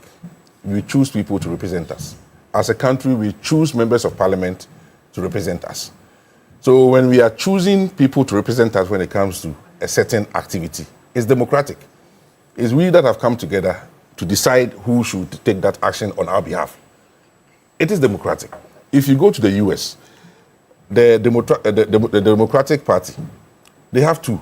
They have one where they have the pledge representation, where when the people vote, the delegates have to vote for the people vote. And they also have the super delegates, where the super delegates have the opportunity to choose whoever they like. So they have a blend. It's also democratic. So what I'm saying, if you go to the assemblies, if we are appointing or we are electing a DC, why don't we call all the people who live in that assembly district to go and vote? Is that undemocratic? That's what we've been pushing for a while. Oh no, we've been pushing for that, but so does it mean that it's undemocratic? I don't think undemocratic would be the right word. Maybe one form is more democratic. That is what I'm saying. It's not undemocratic. We can say we have to improve, and yes, we need to. We always have to look for continuous improvement in our systems. So whatever we are doing now, how can we do better? We have a lot that we have to achieve as a country. We have a lot of development gaps. So saving money elsewhere is definitely better for us to put it, better use. So I agree that we have to look at ways to reduce the cost in our system, right? But it is not undemocratic. Okay. That one I disagree. And the last question I asked, Ebo, same question to you as well. Is this not a matter that preferably the party should be handling at their own level, given that you've been undertaking reforms? Is there a matter that the court should be invited? That is what I also think. We moved from 2,000 to 200 and something thousand. The last election, we expanded the delegates. We allowed all former, executives to also vote, aside only the current executives. In our current election, we are increasing the number of executives at the polling station from 5 to 7. We are increasing the number of executives at electoral area from 1 to 5. We are increasing the number of executives at the regional and constituency level from 17 to 19. So we are expanding as we go ahead, right? So the political parties themselves, right, we have also seen that electoral cost is increasing. So political parties themselves are also looking at ways to improve the democracy within our own party, and especially to reduce the cost. Like I said, NDC implemented one man, one vote not long ago, but they had to cut it back because of certain things. One was a cost increase in terms of organizing organizers, as I understand, right? 2, there was no proper, database of members, a solid one. So the fear was that there were infiltrations, right? So I think the political parties with time, they will strengthen their database as we are doing, as NPP. We started with the registration of our members. We are now strengthening our database. So you get to a point where automatically the political parties will get there and then do it. It's not like they don't want to get there. There are challenges with one man, one vote. That has to be resolved. So even if the Supreme Court was to say today that every political party must apply one man, one vote, it's going to be a challenge for almost all the political parties. So it is not that straightforward. Okay, all right. So in the last still... how many people voted in your party? Sorry. In the last election, how many delegates voted? About 230,000 thereabouts. So if you multiply by, let's say, 500. 500 cities. Yeah, because they spent more than 500 on each candidate because they didn't just do the election. They would go and visit and pay money. Multiple times. Yeah, so that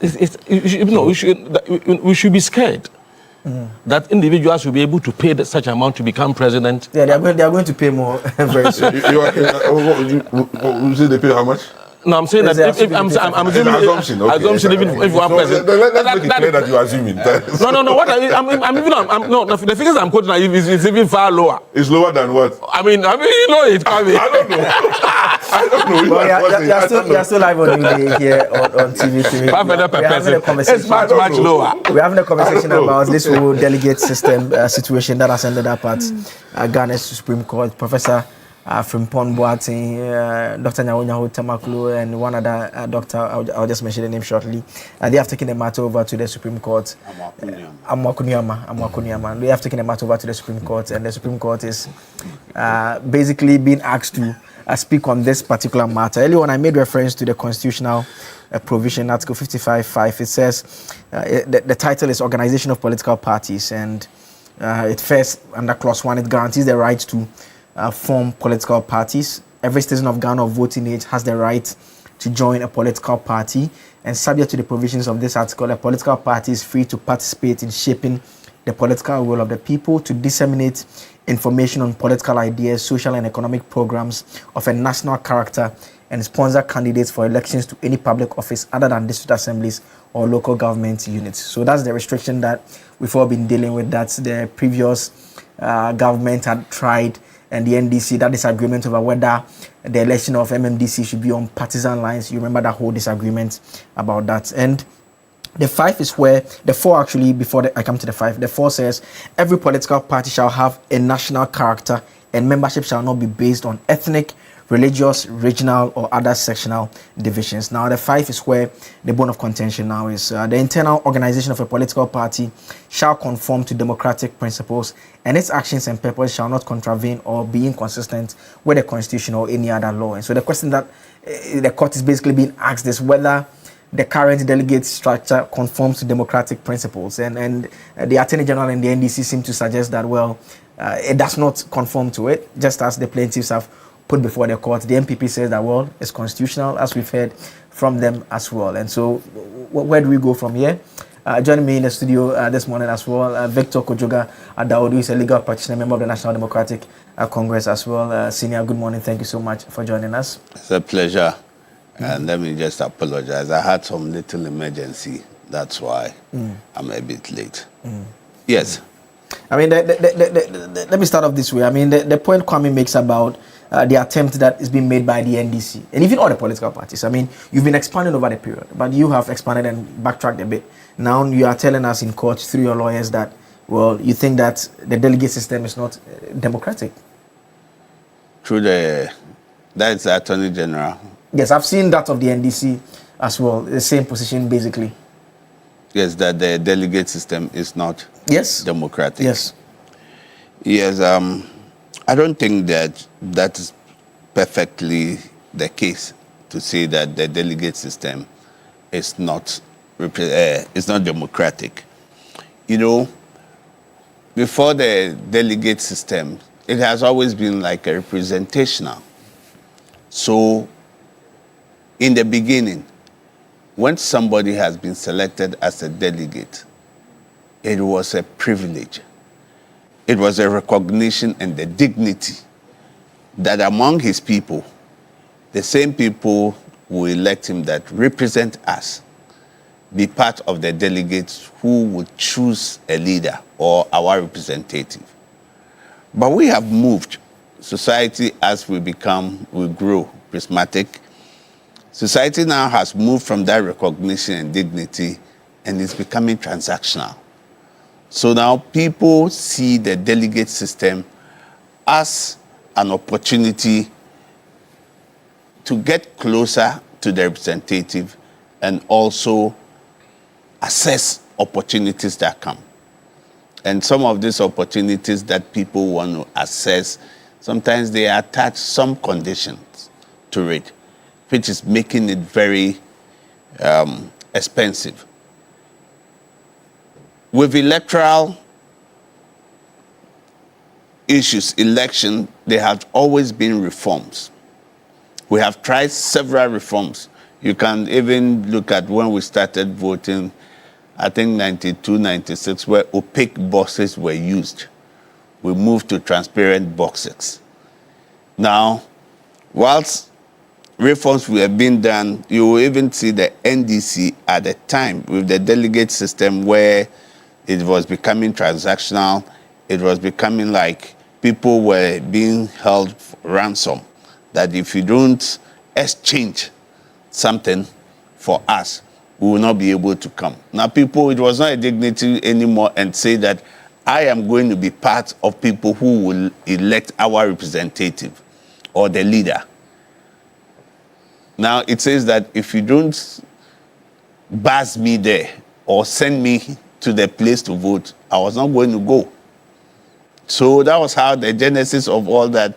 Now we have to start to cater for their food, cater for transport, cater for other little things so that you'll be able to move to a venue. This is how it got. Now, the delegate system, we realize that it has been monetized. And once it's been monetized, not maybe cash alone, right? People will ask you something. I've stood the election before, and I'll tell you one little experience before I continue. You know, there was this village, this young man who was a branch chairman. He comes to me, he eats in my house, we do everything.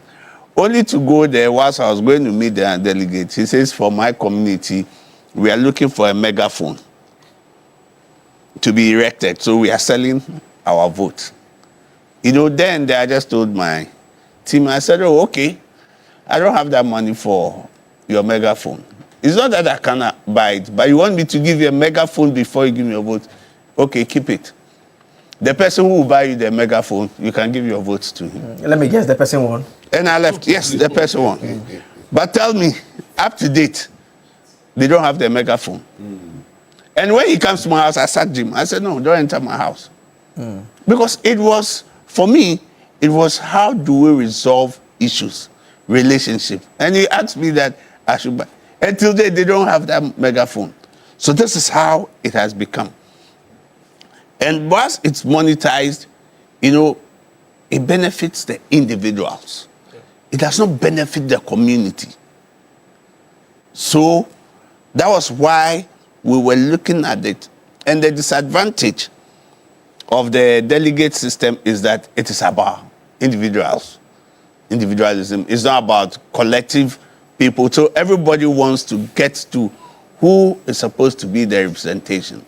That's why the NDC tried to look at one man, one vote. 1 man, 1 vote, 2015.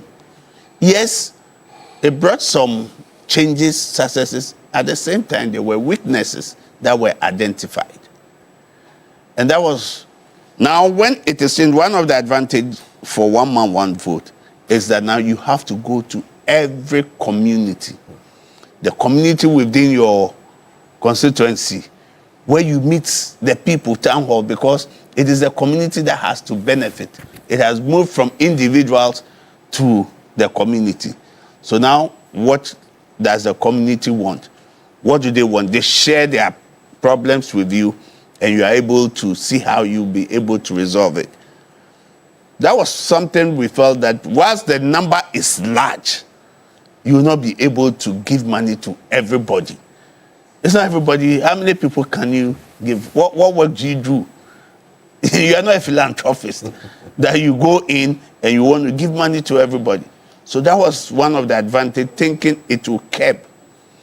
But we saw the downside of it. The downside was that because it's one man, one vote, and we should blame ourselves for greed, because it was a simple majority.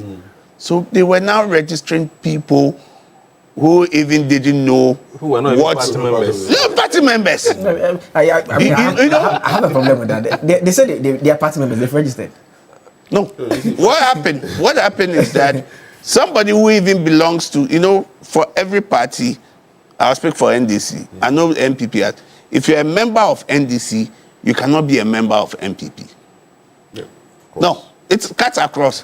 If you're a member of one party... There's a difference between voting and being a member of a party. Yes. There is a difference. Right? So if you're a member, now our own people go to register everybody from different parties. They register because of the simple majority.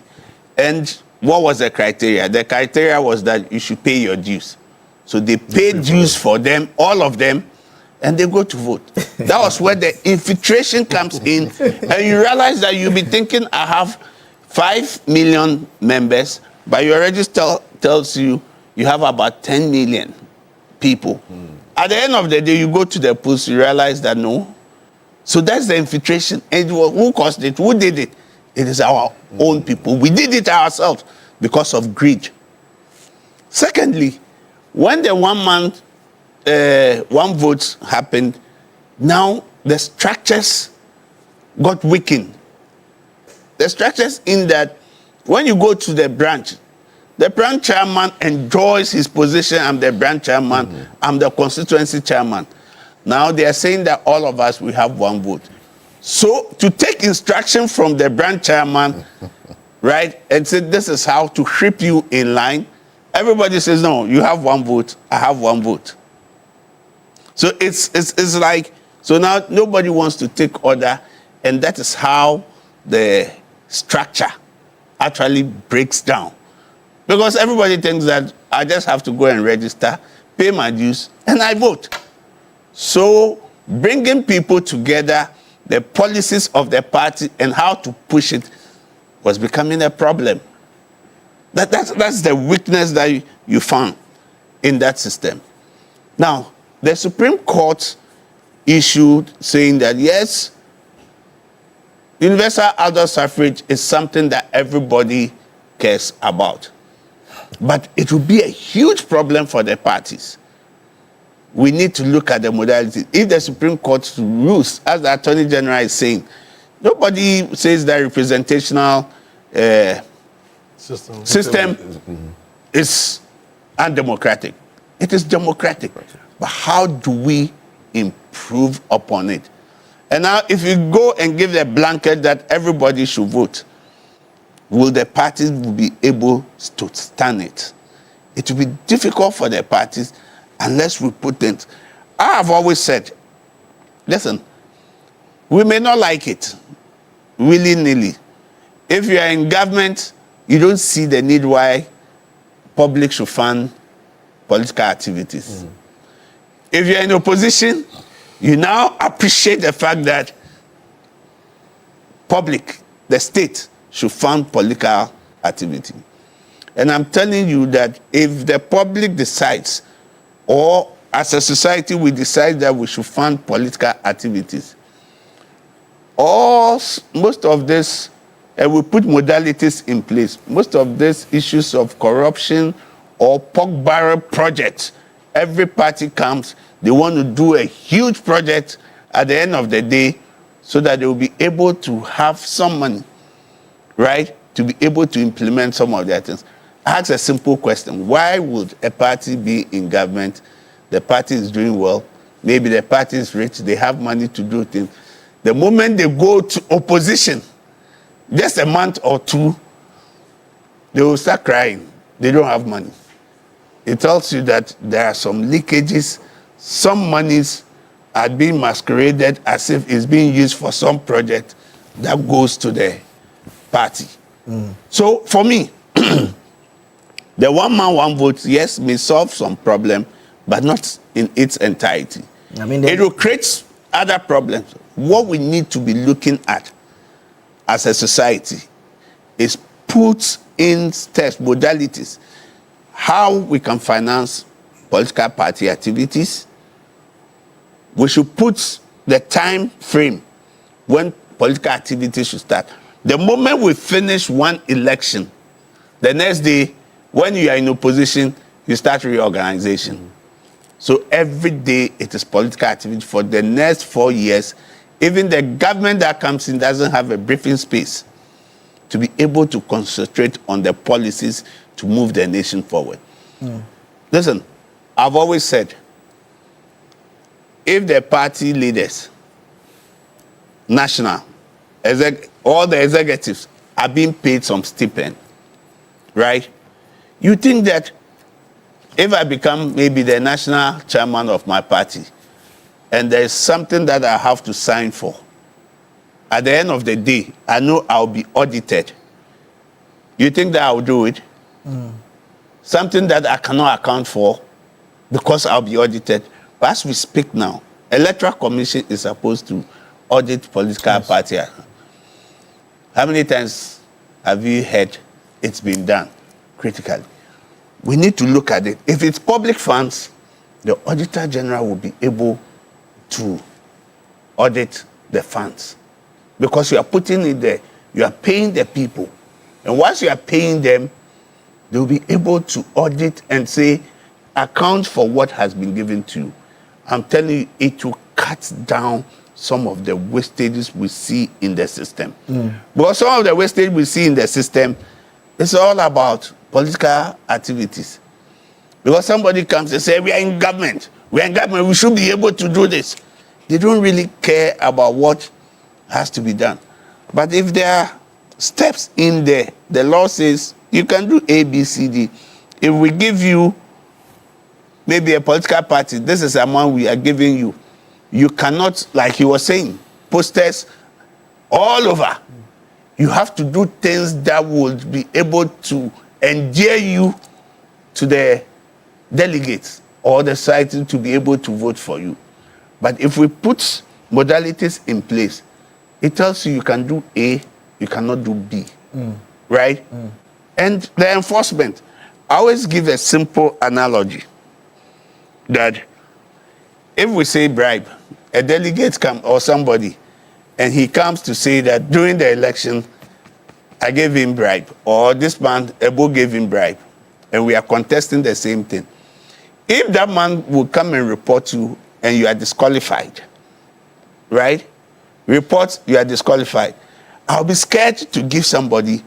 And even knowing that there will be traitors, somebody will try to induce me to give him and go and report and say this is the money. People will be claiming that I've received money when they to take you out of there. But with that, there will be some fear. There will be some fear and evidence that if I'm caught, this is what will happen to me.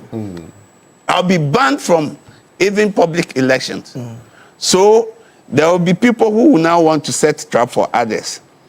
And people will now be very careful. That is the kind of way we will have to adopt modalities that will be able to bring this down. But if there is evidence and it says clearly, this is the money you gave me, this is the serial number of money you gave me. I'll put the serial number down. I said, this was the time he gave to me. I've captured him. He knows what you will lose, right? I know what I will lose. So we will be suspecting, each other, and we will not even try it. So for me, we have to sit down and have a dialogue, not as a partisan dialogue. This is where we are going. There should be a national dialogue. There should be a national dialogue, and let's find solution to it. Let's find a homegrown solution. We can't take everything that democracy brought. It is, it developed out of their customs, out of their culture. What is our culture? What do we want to do? What do we want to achieve? And for me, it is not about the interpretation that the Supreme Court will In fact, it's the last question I virtually asked both of them as well, and maybe you may agree with that this is a matter that is better handled outside of the courtroom. You know, yes, this is a matter that when we sit down, our political actors, leadership or stakeholders, we know the problems. But you know, sometimes it's not easy coming to sit on national television and say this is a problem. Nobody wants to bail the cat, right? Nobody wants to bail the cat. There's something called a slush fund, right? Slush fund. But who will come and speak about slush fund? The moment you speak about it, the moment you get to the party headquarters, you'll be ostracized. Are you getting it? Yeah. You see, but these are some of the things that sometimes comes out. You remember the case of Avalifo? Yes, yes. The Obed Asamoah. the money and that Avalifo. 2 officers. At the end of the day, they said it was money that belonged to the party and others. But who dare you to go and speak about it if he hadn't come out as a criminal matter? There's some of them, but I'm sure that when the actors meet and they discuss, they'll be able to find solution. And that was one of the things that Afarijan, when he was the electoral commissioner, he was doing. That was where the inter-party advisory comes. Yeah. And he brings them and says, look, this is the problem. What is the solution? What do you think we can do? That brought about the 10. The time we went for the 10 election. You know, he called them. We could have decided we were going to court. The parties would decide that, oh, we have won. This number, if it's added to us. But he sat with the parties and said, look, this is what the issue. How do we solve it? I think, and my personal view, that it will be better handled than giving a blanket decision and says all political parties should adopt the 1 man, 1 vote. That will bring a lot of problem excesses that the parties now have to go. And remember, for also that our political party law says that there should not be any foreign donation to our political. But what do we see today? We can't say some of the things like I told you, right? But the truth of the matter is, so if a foreign entity decides to give to this man, and this man comes to donate to the party, is he Bachman who has donated or the foreign entity? He uses Bachman as a front. These are practical issues with political parties we need to look at. Okay. And for me, I think that the state should be looking at the time in coming in and put modalities that we can move forward. Okay. That politics becomes transformational. We are looking for transformational leadership. But what we are practicing now is more of a transactional leadership. But there were some points you wanted to follow see, up on it. We have adopted, whether you like it or not, we've adopted democracy to be our system of governance. And so we need to do it well. And at the heart of democracy is elections, issue of election.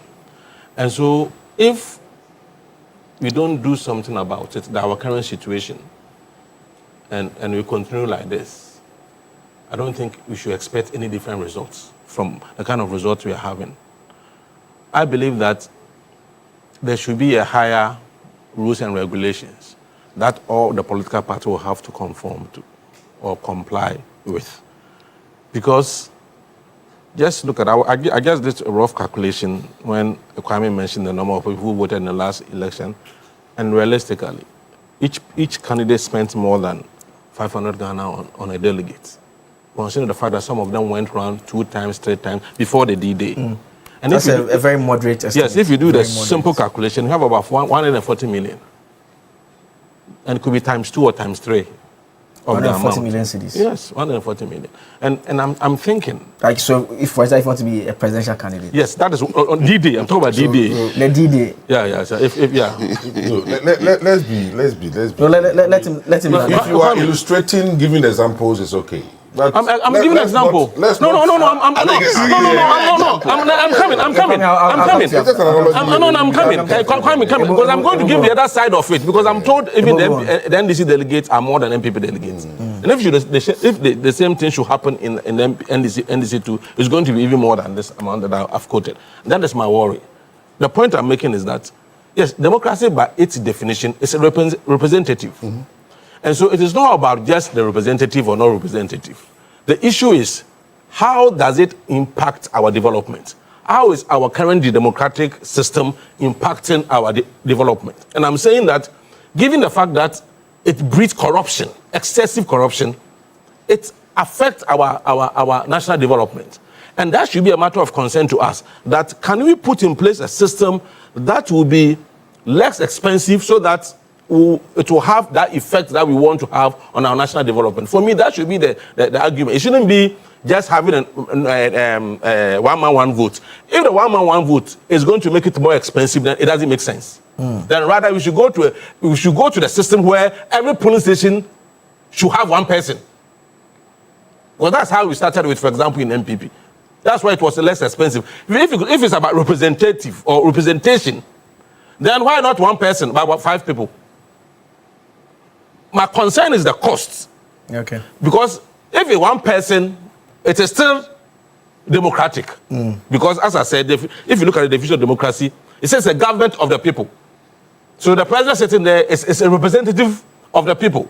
Okay. Are you getting the point? It's the same with the MPs. So, as a country, we have nowhere to go except to be within these 4 walls of democracy. How do we do in such a way that democracy will not, if you like, distort the equilibrium of our development, but rather would enhance our development? We look back and we say this system has been of great benefit to us as a nation. Every election, as a nation, what we need to do is let's look at the cost, the total cost of election from political party level to the national level.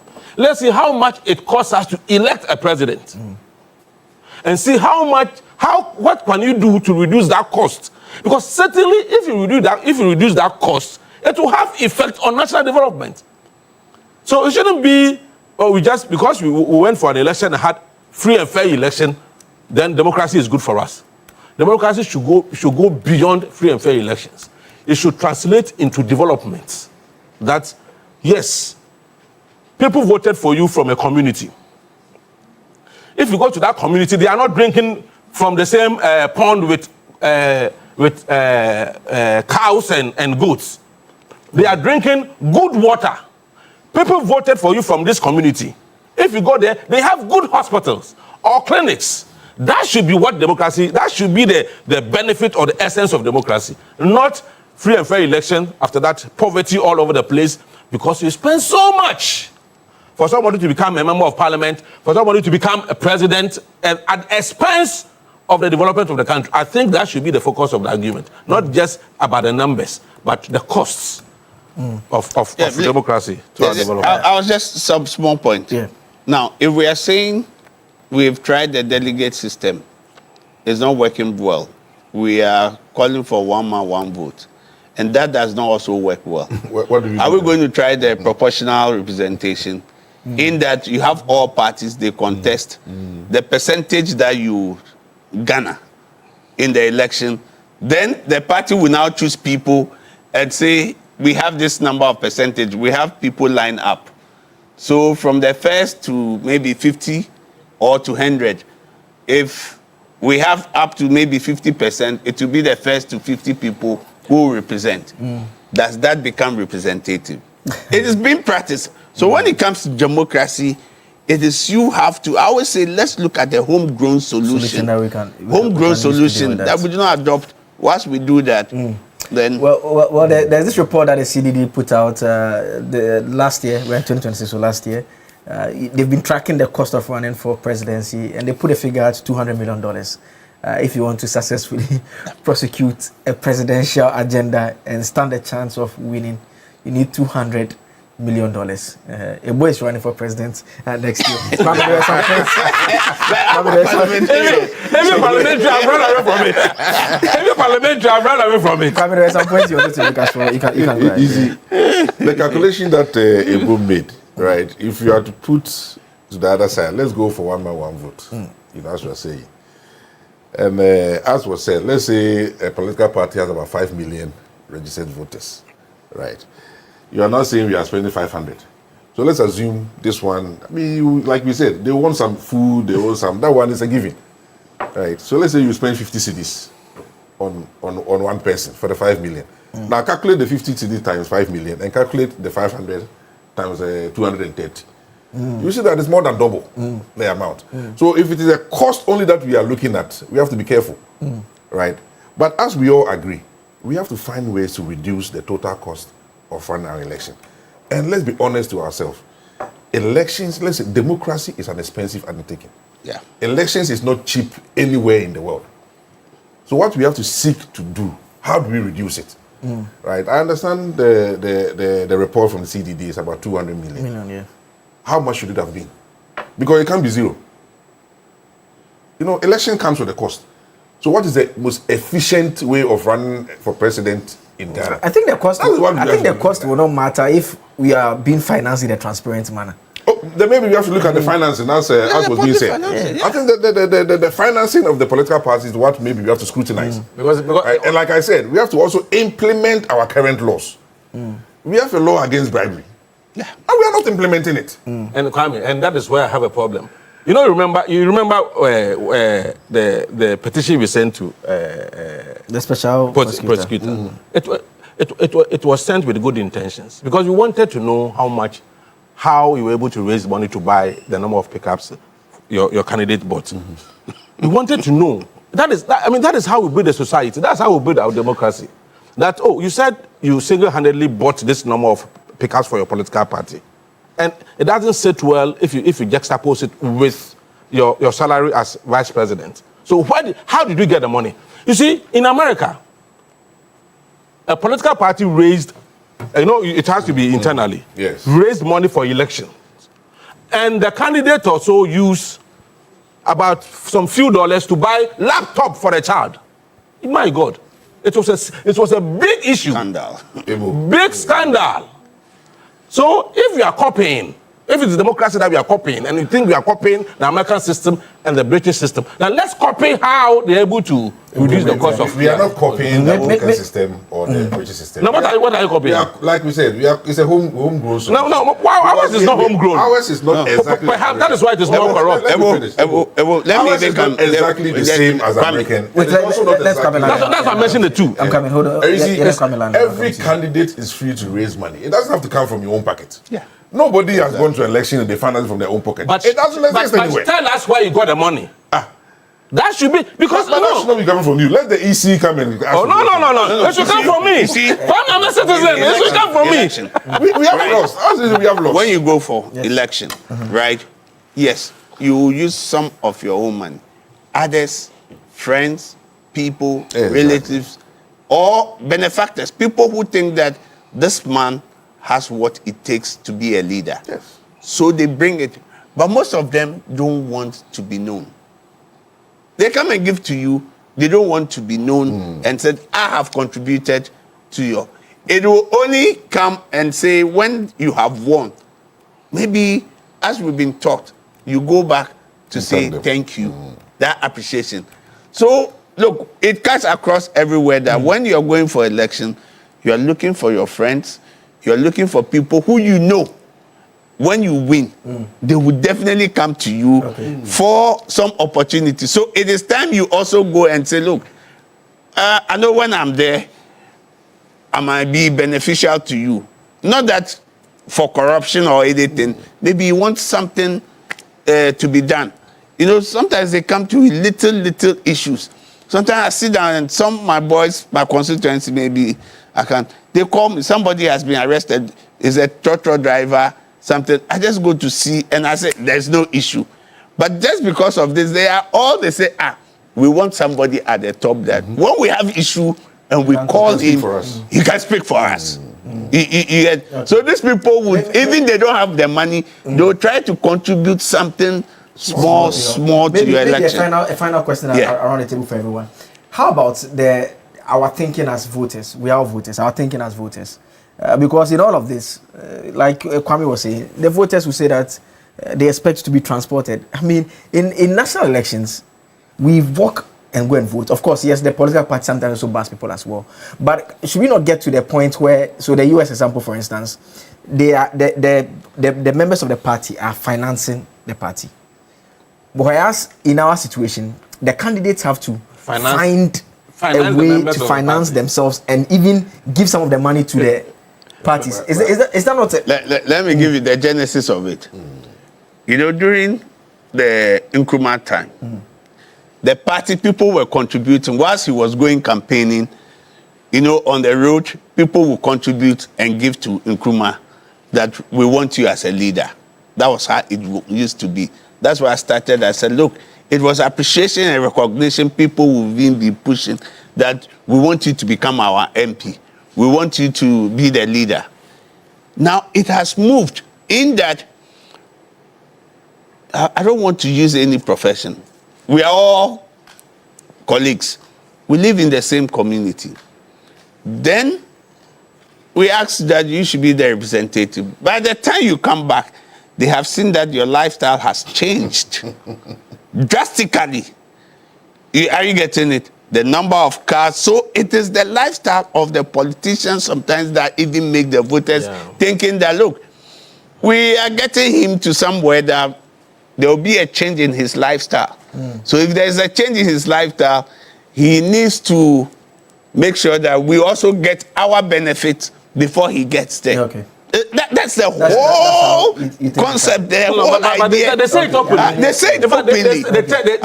They tell you that. But if you're a leader, you've been there, and when you come back and you mingle with the same people, you eat with them, you do things, and tell them what the situation is, they appreciate it more. Okay. I get it. So sometimes the lifestyle of our leaders who that causes that. Yes, causes that. Yes. Because they tell you that as we are voting for you, we will not see you again. So give it to us before you go. So that has been the mantra. Well, you know, they tell them that. So and I think it tells a story about how our leaders relate with them. Always disconnect with the grassroots once they get power. That is why they think I also have to get it now before you go, so that I know you will not mind me again. But you see, the bigger picture has to be that let's use our constitution. The constitutional review process is still ongoing, isn't it? Let's see what we can do with our constitution to solve this problem. Okay. Kwame, I'll give you the final word on this. Yes, I'll continue to say, is that let's look at our existing laws within the confinement of our existing laws. What can we do to reduce these costs? And I agree. You see certain people being voted into certain positions, and then they come back and, like you are saying, their lifestyle has changed. And then the citizens do not see a change in their life. That's where the problem is, right? If you genuinely ensure that there is development and improvement in the lives of your constituents, trust me, they won't care how much you have made, because they also see improvement in their own lives. But here is the case. I think example was being made. You go to a certain constituency, they are still drinking from the water that is unhygienic. They still don't have places where they can release themselves. They still don't have enough access to healthcare. They still don't have enough access to education. And then an MP will come in with the biggest car, build the biggest house on top of the biggest mountain so that everybody will see. That is a problem. That would be a problem. That's a problem. So as a society as a whole, I think there's a discussion we have to have. We have to sit down and of course, led by the political actors, and ensure that we reduce the cost of elections in this country. And that is very key. If not, I don't see the one man, one vote going to help immediately if we don't take it as a comprehensive discussion, and discuss it. I see. There's a politician friend of mine who told me something a long time ago. He said that because of the cost they incur in running for power, they don't joke with the ex-gratia, because now when he's exiting and takes it, he knows that he doesn't owe anyone anything. That's the way he will also survive small and get something. Some of them use it to pay their loans they took for the election. You are deep in debt. But that is the conversation on the first topic.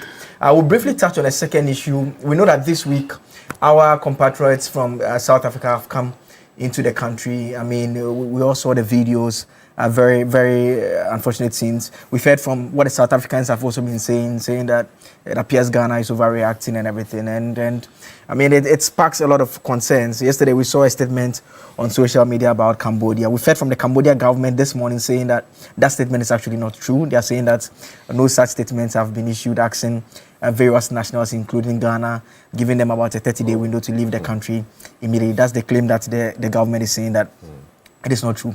But there's a bigger conversation to be had in the wake of our Ghanaians, our fellow Ghanaians in South Africa coming back to the country is to what extent can we make the country the primary point for our citizens?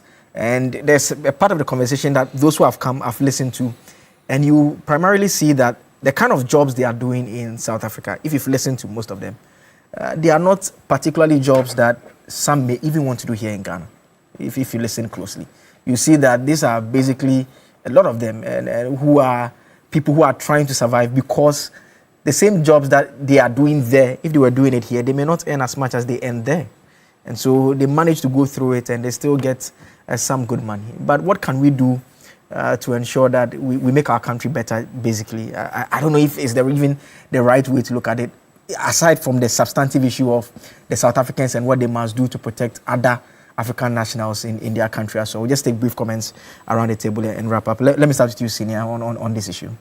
I think that the government has shown some good faith, and at least to our king and queens who were in South Africa, who were caught up in the xenophobic attack, that, there is a proverb. Let me start with this proverb in my language.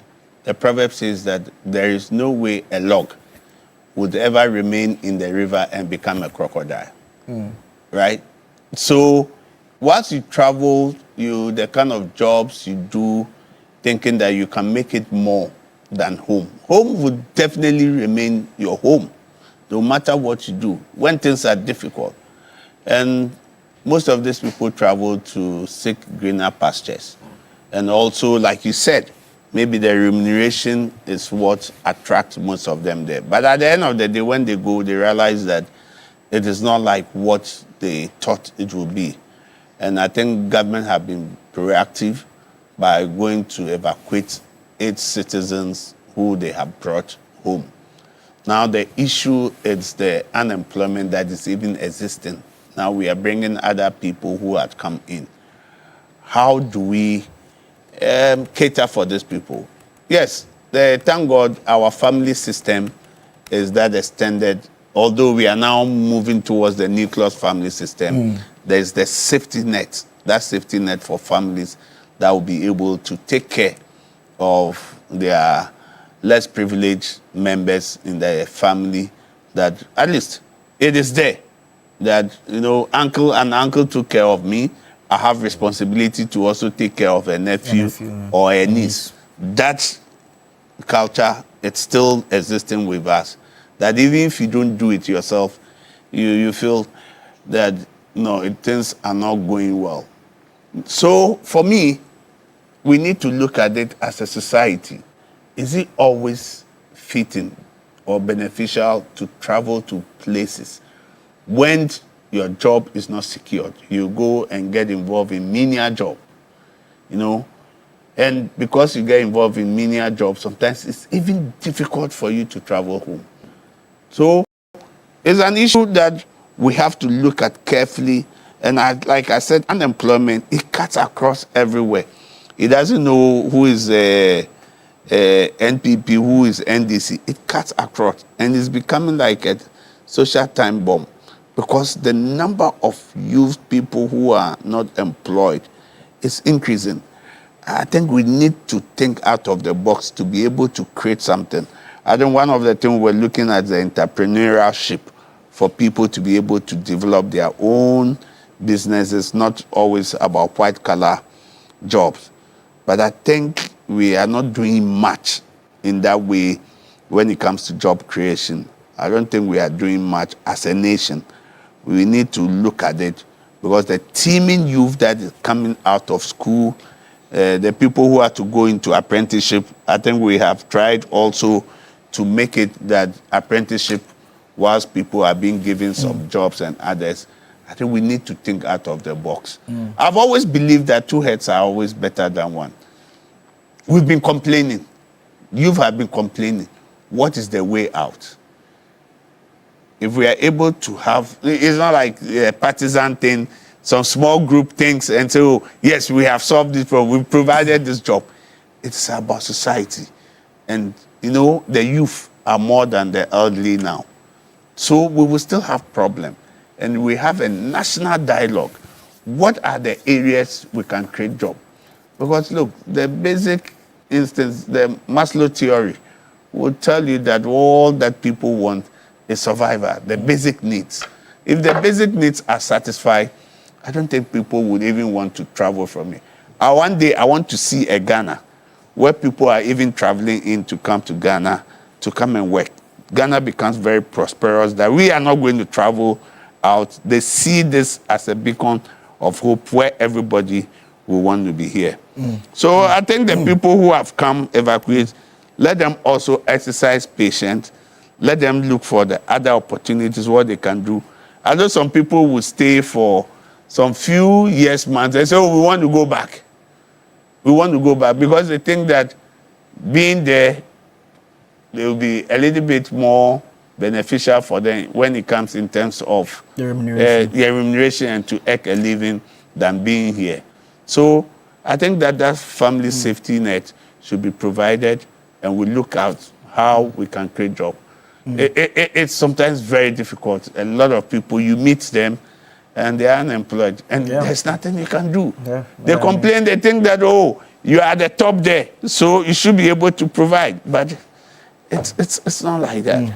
I mean, I remember you remember when they were doing the recruitment, the military recruitment, the numbers. I at least my mates from university, I can count 7 who have joined the U.S. Army. And they were telling me that it's easier to get into the U.S. Army than get into the Ghana Army. And they've just gone. I mean, obviously, ideally, if they had their way, they should be back home working here. I mean, it's a big problem. It's a big problem. And this topic can be linked to the first one. The issue of how we can manage the system in such a way that it will churn out more job opportunity for the youth. You shouldn't spend more money in electing a president than spending more money in creating jobs for the youth. We'll be able to look at how we can, yes, much as we want to protect our democracy, let's also see how we can generate more job opportunities for the youth. And it's quite unfortunate. And even before I go any further, it is important to commend the government for the manner in which it has handled this matter. In my view, I think the government has demonstrated commitments, particularly the Foreign Affairs Minister. He's shown commitment, he's shown leadership. The South Africans think we overreacted. No, don't mind them. Don't ignore them. Don't ignore them. I'll come to that, but ignore them.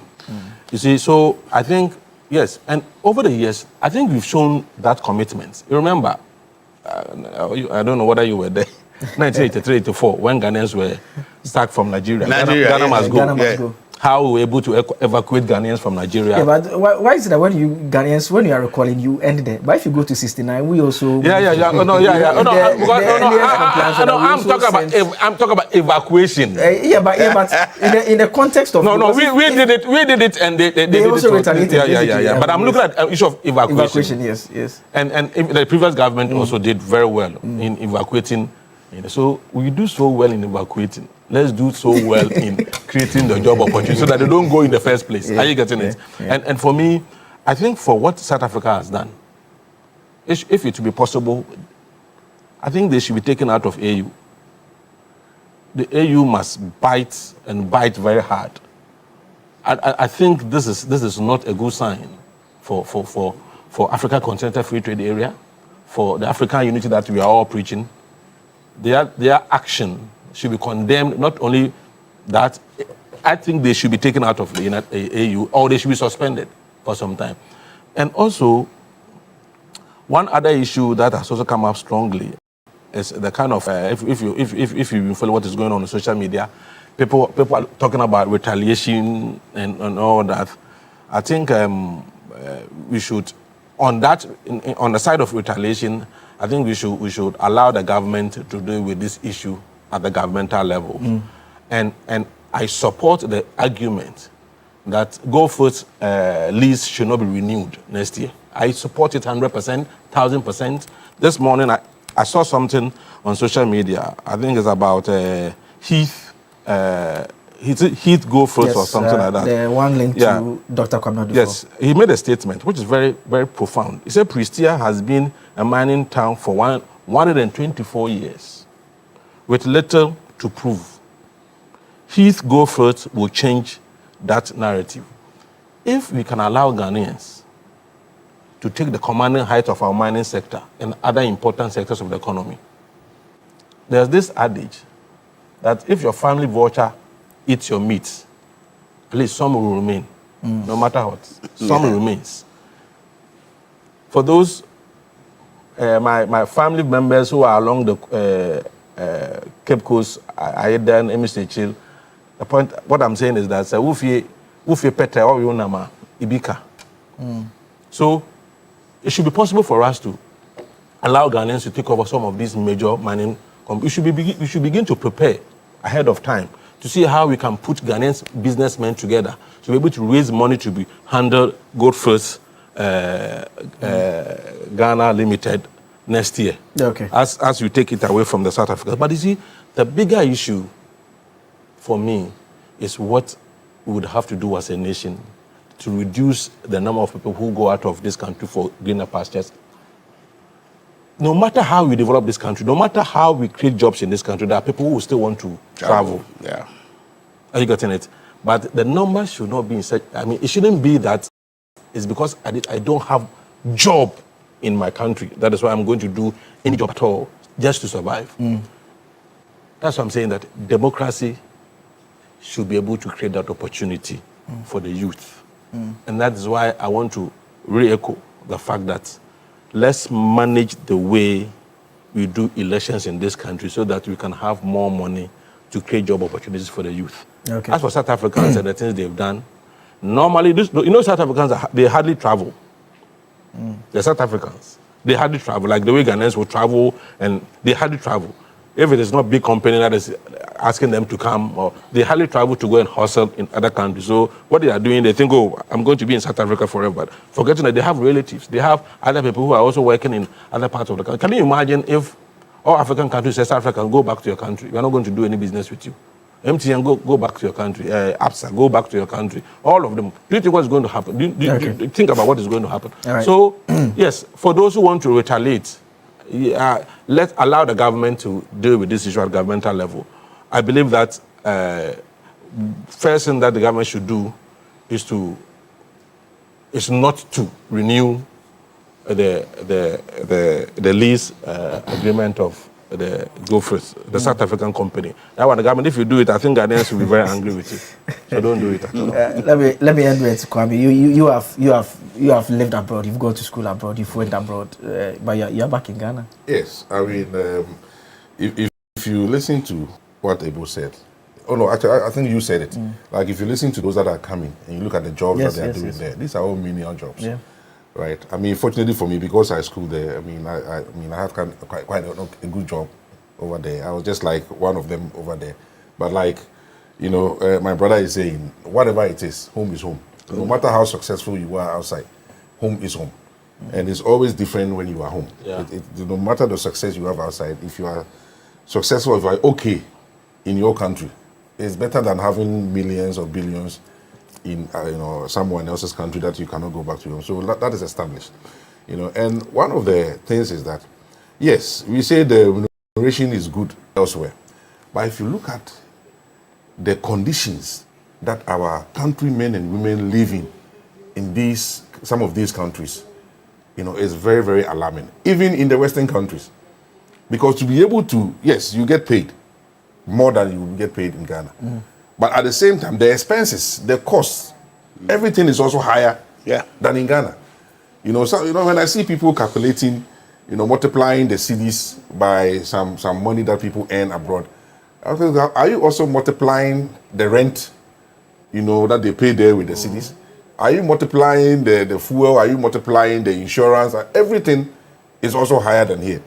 So for people, especially those doing menial jobs, for them to be able to save enough to come and do something in Ghana, it means their living condition will be very, very low compared to the standards that is common in those countries. Right? And sometimes, especially when you go to South Africa, when you go to the Arab countries and all that, there are conditions that you don't even want your worst enemy to be living in. But they are doing it because they think they will get some money to come and spend here in Ghana. So I agree with my brothers that we have to ensure that we create jobs. We create the environment which will limit the number of people going out to see greener pastures. I mean, I think between 2017 and 2020, thereabout, we had to repatriate people from Libya. I think it was 5,000 people that we had to bring from Libya, together with the international organization. Libya. Some of them, if you see the conditions they were living in, I mean, it's appalling. But it's because they think they cannot survive here. And then they pass through the desert, they get there, and it's even worse than they are here. You know, so I also heard a story, you know, I think recently, about a guy who had a decent job here in Ghana, you know, had a family. And he thought he would sell his house and his cars and then go to Canada. And he's now in Canada, and he has regretted. Because if you compare the amount of money he was earning here, though it's not the same as he's earning in Canada, but if you look at the cost of living there, then he was better off here in Ghana. You know, sometimes when you tell people, say, you're going to come back. You are talking. You're going to enjoy it. You experience. And you're looking more fresh. But it's not easy. No, in all honesty. I mean, the friends, the family friends that I've known that are still there, they are struggling. They are struggling. But of course, it's because some of them, when they come home, it's even worse at home. So what we have to do, we have to make sure that we improve the conditions at home by creating more jobs. And that is what we all have to look at. And that's the basic point. And I agree that, you know, we have to reduce the cost of elections if it will translate into creating more jobs. If it will translate into, you know, bringing development at home. Because basically that's what we are all looking for. As for me, I love living in Ghana because of the food. When I go out of the country 2-3 days, then Charlie, I struggle to. It's not easy anyways. Big Issue always is sponsored by the University of Gold Coast. Whether you are aiming for a specialist MBA in marketing, communication, operations, supply chain, human resource management, finance, entrepreneurship, innovation, or business intelligence analytics, or you want to advance through our dual MBA or chartered manager MBA, University Gold Coast gives you options that match your vision. And if your next step is an MSc in international relations, communication, international marketing, international law, security diplomacy, accounting, finance or human resource management, and LLM in international law, security, diplomacy, or an MA in biblical studies, practical theology, the pathway is open. You can apply today because at University of Gold Coast, we make it practical, flexible learning, flexible entry, and flexible payment. You can study around your work and life and choose a route that fits your background and pay in convenient installments as well. Your dream deserves structure. Your future deserves strategy. Your purpose deserves training as well. You can apply now at www.ugc.edu.gh or you can call or WhatsApp us on the number 026-388-8555. University of Gold Coast building leaders for the nations. That's all time will allow us for this segment. My guest this morning have been Kwame Prempeh. Kwame Prempeh is with the New Patriotic Party. He's also a former deputy head of the Public Procurement Authority and an aerospace engineer as well. Okay, you heard him there. He's running for national organizer of the opposition New Patriotic Party. A fine gentleman. Ebo has just endorsed him. And a good organizer for that matter. Okay. So even though I don't wish his party well to win the next I mean, last week you said you support Kamadi to win the internal elections, but that's for external you oppose it. Ebo Backman is with the United Party, a regular on the Friday dot as well, and Victor Kojogada will do a legal party member of the National Democratic Congress. Thank you all for joining us on this segment this morning. We'll take a quick break. When we come back, we'll talk sports. The World Cup is very, very close. There's some latest updates for you in terms of our players. Some of our big names are now in camp now. How is the team shaping up? There are big names. Antoine Semenyo is not in camp yet. We'll update you. He's a big name. The training videos we've seen, we've not seen Semenyo. So Ghana will shock all of you. You wait and see. We are going to the final. That's what you're telling me. Hey, final, they're ready. We'll do our very best. We'll be right back with a very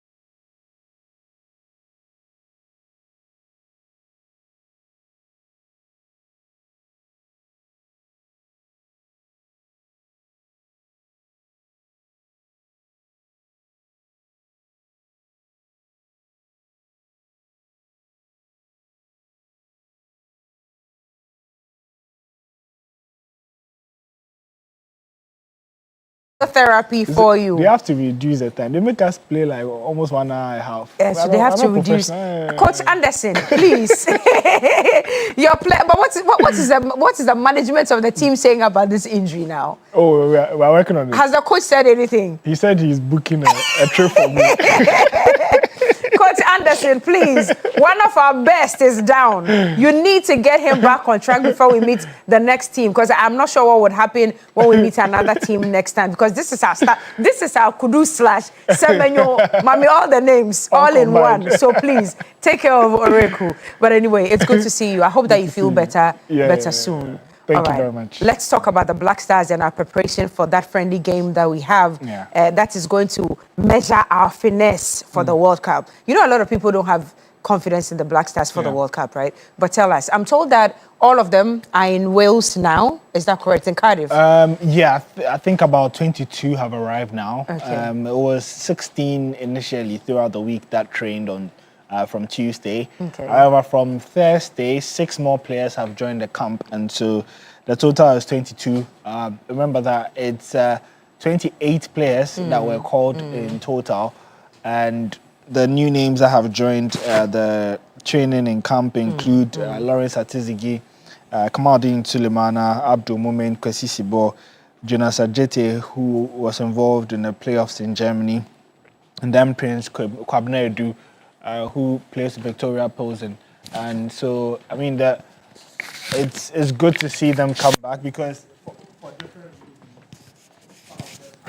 engagements, matches, some had just finished their seasons, and so they needed a bit of rest before, getting straight into the World Cup. And so it's good to see the camp get really full. And I think one of the main positives is the fact that usually before international games, coaches get like just 2-3 days with the players, just a few sessions. It's not enough, yes. And so it's good to see that the team are able to get at least a full week of training, staying together, bonding. It enables the team, the coach, to really have an imprint on the team. So I think that's really good to see. And hopefully we see positive signs with that one, especially in the friendly game against Wales, which, by the way, we'll be showing here on TV3.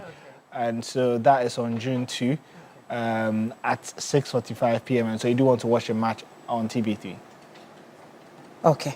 All right. We wish them the very best. I hope that it will not demoralize us, but it would, show us that it is possible at the World Cup. Anyway, on Sunday, you know that football match, Dreams FC, who are they playing against? Nations in the Nations FA Cup FC. Final. So it's the 2 FCs. Yeah. I've been invited by Dreams FC to come and watch. Oh, really? Yes, on Sunday. Oh, that's nice. So Dreams FC, let's see what happens Sunday morning. If I wake up and I see that people will score, then yes, I'll be at it's Legon City, right? The Legon Stadium. University of Ghana Stadium, yes. So that's where it will be played. Yes. But so what cup is this? MTN FA Cup? FA Cup, yes. So is this the grand finale? Is this the finals or something? Yeah, the final game. Oh, okay. The thing about the FA Cup is that if you win it, it's even more about the trophy. It's more about what comes with it. It's the fact that you play in Africa next season. And so you get to play in the Confederations Cup. And so it's a good incentive for teams to take it very seriously. Okay. Dreams FC had a remarkable season this time around, finishing the top 4. And if you look at the recent winners, they only won it about 3 seasons ago when they got to the final, they won it, and then they played in Africa and got to the semi-finals of the Confederation Cup. And so they are recent beneficiaries of what the FA Cup can do. And so I think that perhaps has informed the seriousness that they've attached to it. They face a team in Nations FC who I think are in turmoil, especially after getting relegated in the Ghana Premier League. I'm not too sure their priority would be to win the FA Cup and play in Africa, because playing in Division 1 alone comes with its own stress, and financially not playing the Ghana Premier League would also take a toll on them. So, I mean, as things do stand, Dreams FC are the favourites. Okay. Not just on form, but I think with Nations getting relegated as well. But they remain focused, and their head coach says that it's been a good season for them, and now they are looking to crown it on Sunday. Okay, let's take a look. 2023 season, I assisted my boss to win it. And the dynamics are different. I will be extremely elevated. But having said that, we may also qualify if we should win this competition. We also qualify to play continental football. And Dreams FC, when we won the FA Cup, we went to Africa and told an impressive story. I'm looking forward to replicate that, historic achievement. And even beyond that, I am extremely elated. I must be very honest. But kudos to the players, led by John Entry. They have told a very impressive story. Now, having said that, we started this Ghana Premier League on having won in Century Cup, pre-season cup. We started on a very slow note. We lost to Heart of Lions in Pando, we lost to Hearts, and we're losing games, okay, even though we were playing some good football, but the results were not justified. Winfred Dormon, the manager of Dreams FC, yeah. He has personally invited me. Wow. So make me a promise, Winfred, that you would win should I come on Sunday to watch that game. Please make me proud. Remember, I'm wasting my time and my energy and all of that. You know how energetic I am towards football. So promise me you score and I will be there on Sunday. Anyway, let's talk about is it Champions League? Yes. Champions League. What's happening this weekend? So Arsenal will be facing Paris Saint-Germain. It's a big game, especially for both sides. History. Budapest is on fire. Indeed. History awaits both teams. Arsenal have never won the Champions League.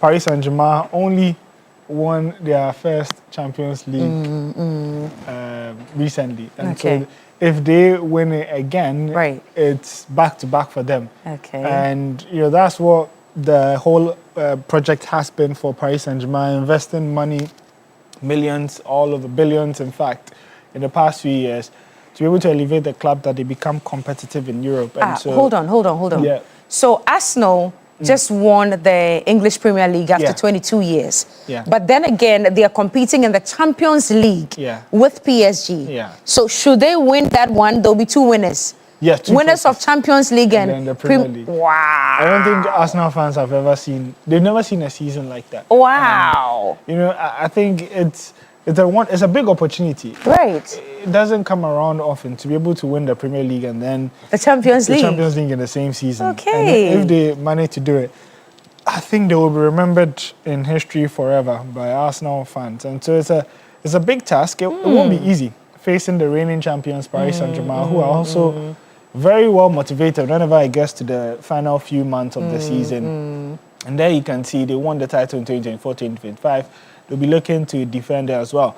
And I think it would be really nice to see that game as well. Very, very competitive with a lot at stake. Okay, so these are the English Premier League teams that have already won the Champions League. So Manchester United in 2007-2008, Chelsea 2011-2012, Liverpool 2018-2019, Chelsea back again in 2020-2021, Manchester City, this one I remember. Wasn't this one they won the treble? Yes. This was when they won the treble, right? I remember. Yeah, I remember. And the sad thing for Arsenal fans is that they are never in this list. Because they never won the Champions League.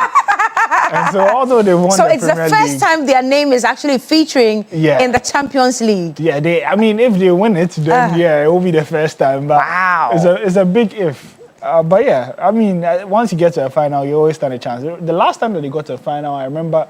It was 2006. Right. I was very young then. I think I was in primary. 2000. That's 20 years ago. It was 20 years Barcelona, ago. Yes. Was the last time Arsenal was at the Champions League final. Yeah. And they have suffered. Yeah, they actually went into the lead that match, and it looked like they were going to win, and Barcelona just turned their around 2-1. And they've not been to a final in 20 years. So that's the thing about the Champions League. When you get to the final, you need to make sure that you register your name. Because you don't know when you come back. Wow. Then it's a huge weekend for all Arsenal fans. Yeah. Engineer Samoa, special good morning to you. Honorable Joyce Bauer Mokhtari, good morning to you as well. Listen, the number of politicians who are Arsenal fans, like it's a lot. Well, all Arsenal fans, good morning to you. I hope that you're doing well. And I hope that you win this one. But if they win this one, I don't know what will happen this weekend in the UK. It will be crazy. I think they have a parade already set up, yeah. regardless of what happens. Okay. They've already won the Premier League. So that's enough. That's enough. But this, the icing on the cake indeed, will be the Champions League. Be the best League. icing ever if they are to win the Champions League. But yeah, fingers crossed. We'll see how that one goes. We wish them all the best. It's 4 p.m., so make sure you don't miss it. We've never seen it in history, the Champions League history before. Only for the first time. 4 p.m. Yeah, it's 4 p.m. Usually it's 6 p.m., 7 p.m. This is 4 p.m. today? No, on Saturday. On Saturday. So if you go and run some errands thinking it's 6 p.m., by the time you turn on the TV, the match is over. It will be over. So it's 4 p.m. Okay, Very all right. Unprecedented, but... Okay, let's take a listen to the manager of is it Arsenal? Oh, the captain of Arsenal speaking. Yeah, no, for sure. It's one game, so yeah, 90 minutes away from that, so we have something incredible to play for again, and we've said that the whole season, you know, Premier League, Champions League, the two big ones, we want to be there, you know, so another dream that we can make a reality, you know, so yeah, it's amazing to have that to look forward to with this energy, with this mood in the group, and to have a final to prepare for is, yeah, just so special, and everyone is just excited, and we want to play it straight away, you know.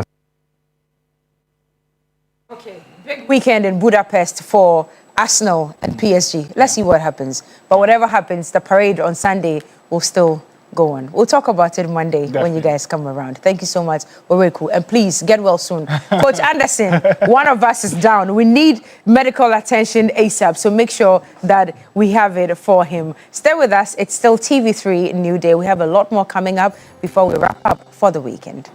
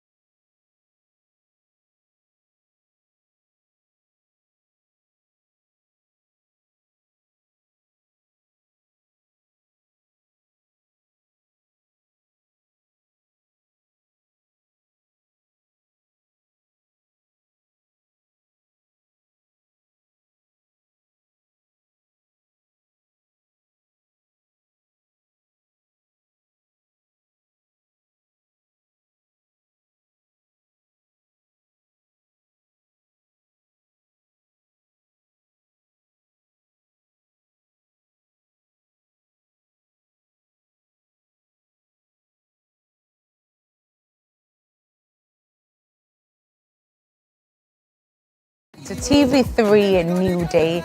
Let's talk about money, Luchi, Kudi, because it's all about the Money Summit.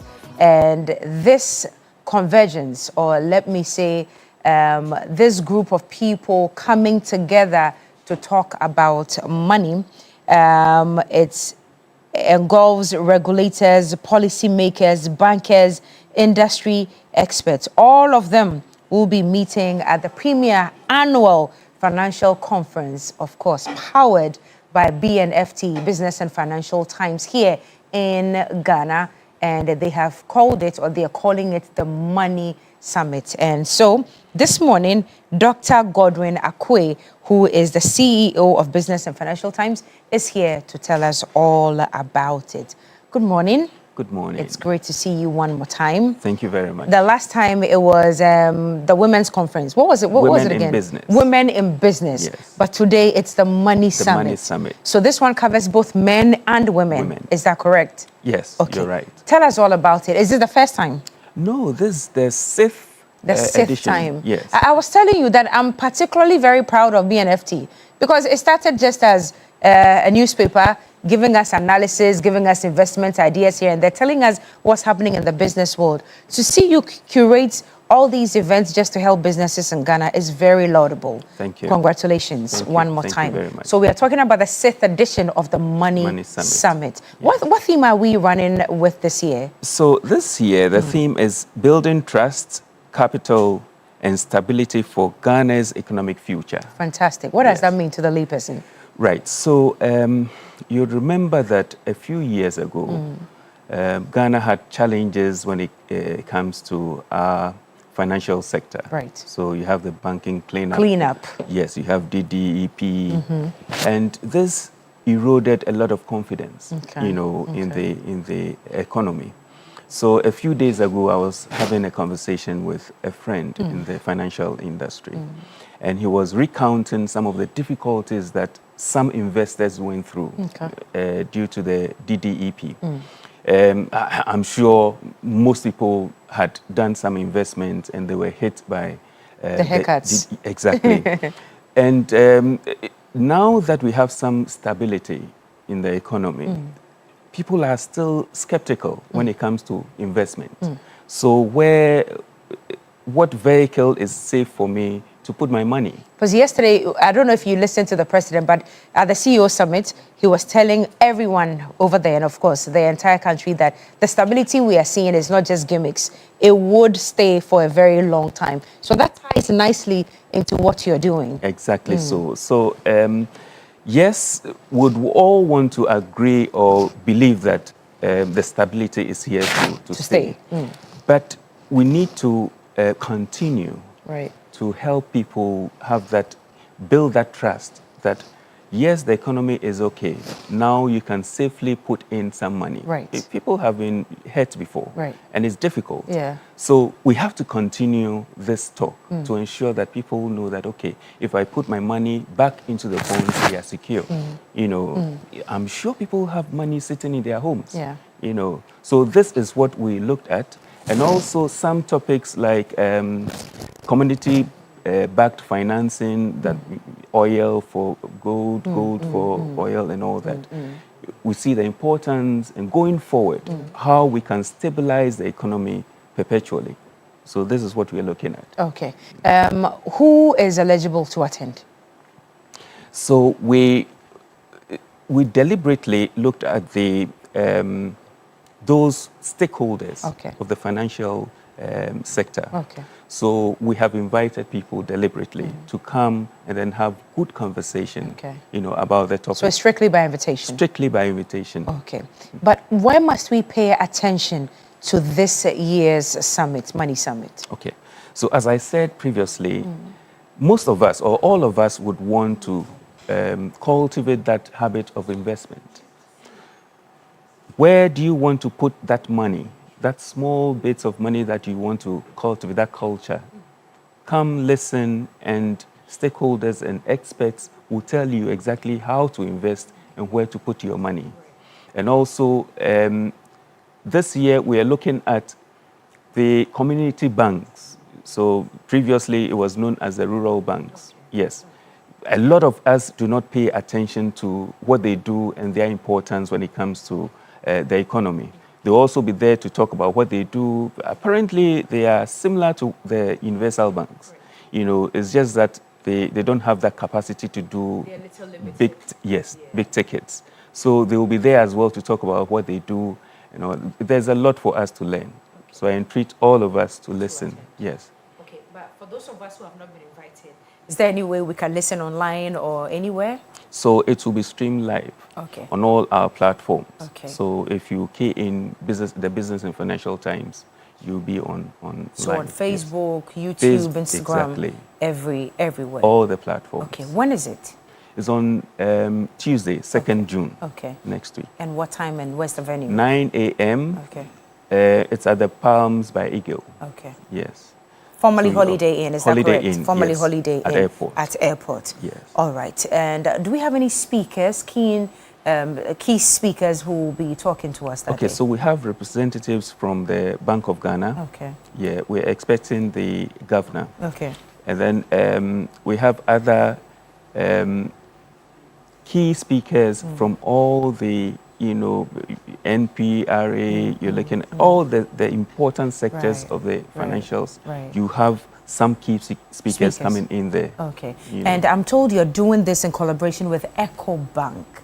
Yes. Is this the first time they are on board? No, EcoBank has been with us as partners for a while. Okay. Fidelity Bank as well. Okay. You know, and then we have a partner, the Bank of Ghana is also a strategic partner. Okay. Yeah. All right. And I'm sure this collaboration between you and EcoBank has been meaningful over the years?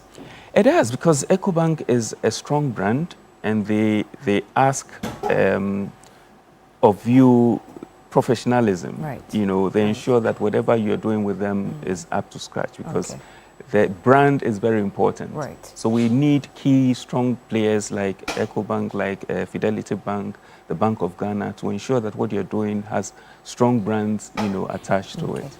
Any more sponsors you want to say thank you to before we wrap up on this discussion? So it's Bank of Ghana, we have EcoBank, and we have Fidelity Bank, and then our media partners as well. These are the ones that we want to say Dr. thank Akwe, you to. thank you for coming. Thank you so much. Tuesday, 9 a.m., the Palms Convention Center, formerly Holiday Inn. Holiday Inn, Okay, yes. and by 12 o'clock it's done? We have 3 plenaries, so we Okay. may push it to 3. Okay. Yes. All right. So once you have been invited, please make sure that you attend. And if you haven't been invited, there's good news. You can catch it online. Check the BNFT page on Facebook, Instagram, all on social media, and you can get to learn a lot more from the Money Summit 2026 on Tuesday, June 2nd. Yes. Thank you, Dr. Akwe. Thank you so much. Thank Coming. you. Dr. Godwin Akwe, he's the CEO of Business and Financial Times. Thank you very much for your attention on that one. But all parents or first-year SHS boarding students, EduPack is here. The Ghana Education Service approved and supported national SHS initiative implemented by Prospectus Ghana.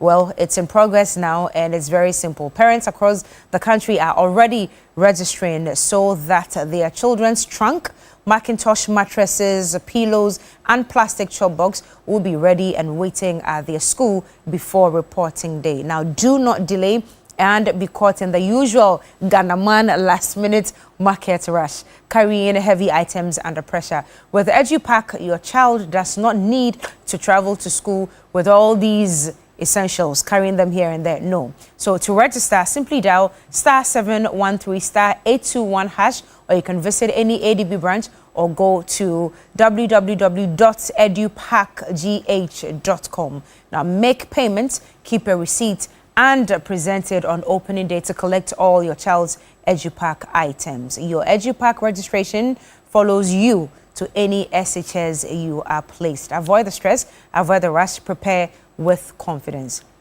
All at a very, very affordable price. EduPack approved and supported by GES. And now, if you need more information, you can call 0500 600 607 0500 600 607. You can also call 0302 955 050 0302 955-050. EduPack, no stress, no wahala. We take a musical break. We'll be back with more here on TV3 Newday.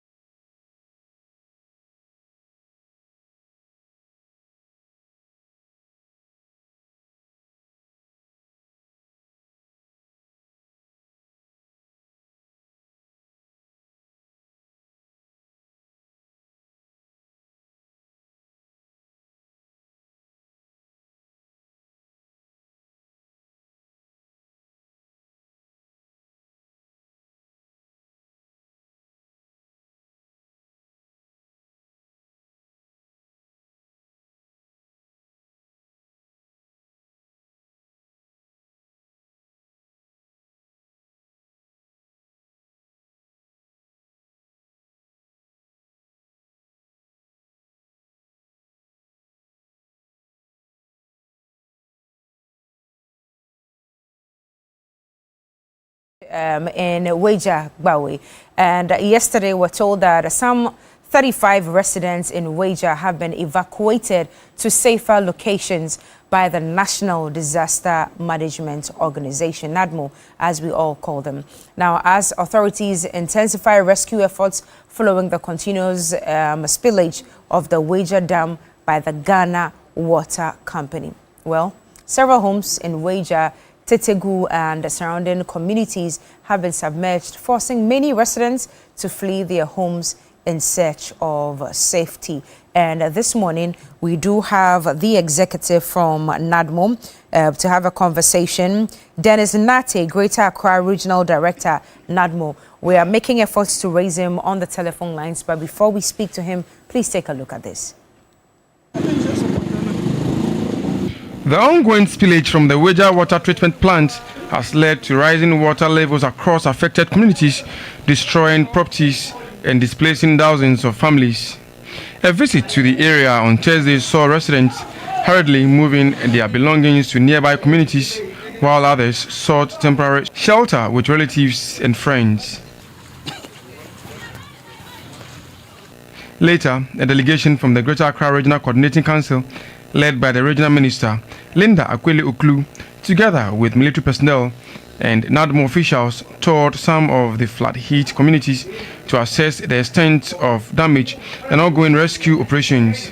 The Greater Accra Regional NADMO director disclosed that at least 35 residents had already been evacuated and accommodated in temporary shelters set up by the organization.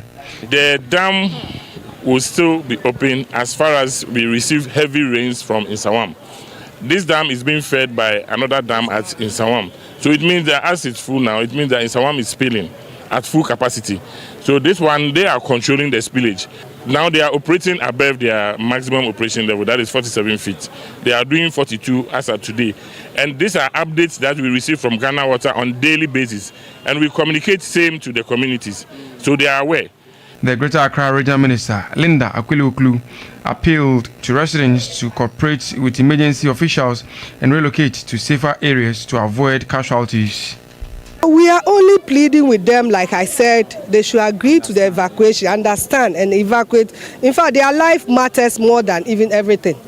Sometimes they value their property than relocated, and so we'll plead with them that they should agree to it. I mean, this is a temporary arrangement we are doing. We'll bring them back when the place is okay. Meanwhile, the Ghana Water Company says the controlled spillage of the Weja Dam will continue as long as water levels remain above operational capacity, raising concerns that more downstream communities could be affected in the coming days. Flooding in the catchment area in the Weja water treatment plant is not new. The Weja headworks sits on the Densu River, with the plant supplying about 80% of potable water to parts of Accra and its environs. Authorities have looked on while land within the dam's catchment area has been sold for residential development, threatening the safety and integrity of the dam. This attitude appears to permeate almost every aspect of national life in Ghana, and if nothing is done to address the trend, a future disaster could be far more devastating, leading to the loss of lives and properties. Joseph Armstrong, Good Alibo TV3, Weja, Accra. So that's the current situation in Wejagbawe. And I think yesterday and 2 days ago, we saw the MP of the area, Jerry Ahmed Shaib, going around helping residents to come out or evacuate them from their homes and then giving some of them relief items as well. I am not sure what the total pack number of the constituency is, but to just evacuate or provide shelter or temporary places for just 35, well, it's a step in the right direction. Thank you to NADMO. But the question is, 35 out of thousands, where are we headed? And I mean, it's worrying. And you see, we already have a flooding problem. We do. So the people of Weja are more or less like, it's a double challenge for them. Yeah. So there's the normal flooding that is happening with the rains that we are seeing. When it starts to rain as well. All our major highways are flooded these days when it rains. I saw videos from at Domi Pillar 2. There's a bridge there. I saw the regional minister and the MP and the Works and Housing Minister. They had all gone there. I've seen newspaper clippings from the 1960s when Nkrumah was visiting flood-affected areas here in Accra. I've seen some from the 70s, the 80s, 90s, all the way. Like it's a perennial problem. It's become a seasonal conversation and a seasonal debate. We are talking about it all the time. Now, you would ask that, doesn't dredging take place? The residents are saying that, well, they've seen a few dredging exercises here and there. Even the MP for the area himself the other day was inspecting some dredging that was going on. But residents will tell you... And if you look at this video, you see that some of the structures are actually in waterways. So that's what I was coming to. Yeah. That's what I was coming to. Well, some of the residents will tell you that, first of all, dredging is inconsistent. It's not all the time. But this has become more than a dredging issue. Yeah. This is a serious urban crisis. Yeah. People are building in waterways in the constituency, and we are also looking at the challenge of plastics.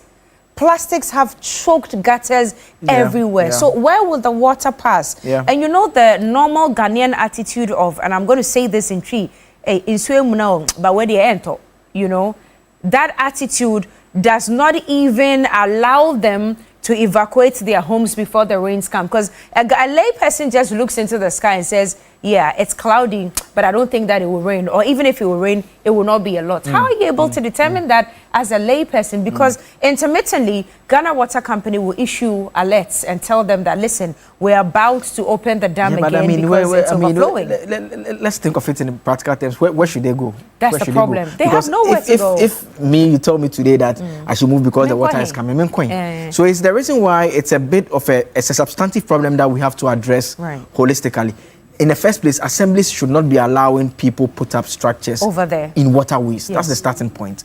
The plastic thing I spoke about, there's a video that the bus stop boys put out at Malam Junction, where the whole Malam Junction place got flooded. And they tracked and went all the way and saw a big culvert that was completely filled with plastics. So that is what was causing a significant part of the flood that was taking place there. I mean, we need to seriously deal with this drainage sanitation challenge holistically. Else, every year we'll be having this conversation. I saw one of these videos that the guys were moving in a canoe Can you imagine? I saw that too. Yes, I mean, it wasn't in Zulezu. Yeah, it's here, right here in Accra. Right here in Accra. They were moving a road that they normally and it's become normal. It's become a norm. It's very, very disturbing, extremely disturbing. And sometimes you would ask that, what is town and country planning also doing? Do these people even get permits to mount these structures? It's become a seasonal headache, and I'm not sure what we can really do about it, because out of the thousands of people there, I mean, if evacuation can just take about 35 people, then, I mean, that's just a fraction of the community. We'll still talk about it. You can also contribute in the hashtag is TV3 Newday. If you're a resident of Ojagbawe, let's also know what your situation is. But let's get into birthdays this morning. If it's your birthday, invite us to enjoy the cake. It's Friday. Freye, Yabeba, Akable is hungry. He wants to eat jollof this morning already. After the jollof, you can have some cake. Francis Kofi Begua Pobi of Dabil at Accra International Airport. Happy birthday to you, Francis. Jifa, happy birthday to you. Your dimple is nice. Yabua, happy birthday to you as well. Vicentia, Etonam Vovo, Epeye, now it's from your husband. Nabila, my beautiful wife, enjoy. Have a great day, Nabila. All right. Vera, Chrissy, wishing you God's guidance. Happy birthday, ma'am. Justice Kofi Ampedu Wafa Nyamisha Obebre Yene Udiwa Woda. God bless you. Loretta Asibe Konedu. Happy birthday to you too, Loretta. AC Quentiwa Aqua Plus FM. You look beautiful in your jacket. Happy birthday to you. I wonder who planted. I know her. Oh yeah, you know her? Yeah. Oh wow. Very, very well. I see. Millicent is not from you? No. Okay. Millicent Abam of Teshi, happy birthday to you as well. Uncle Chris Sowa sent in that one. Okay.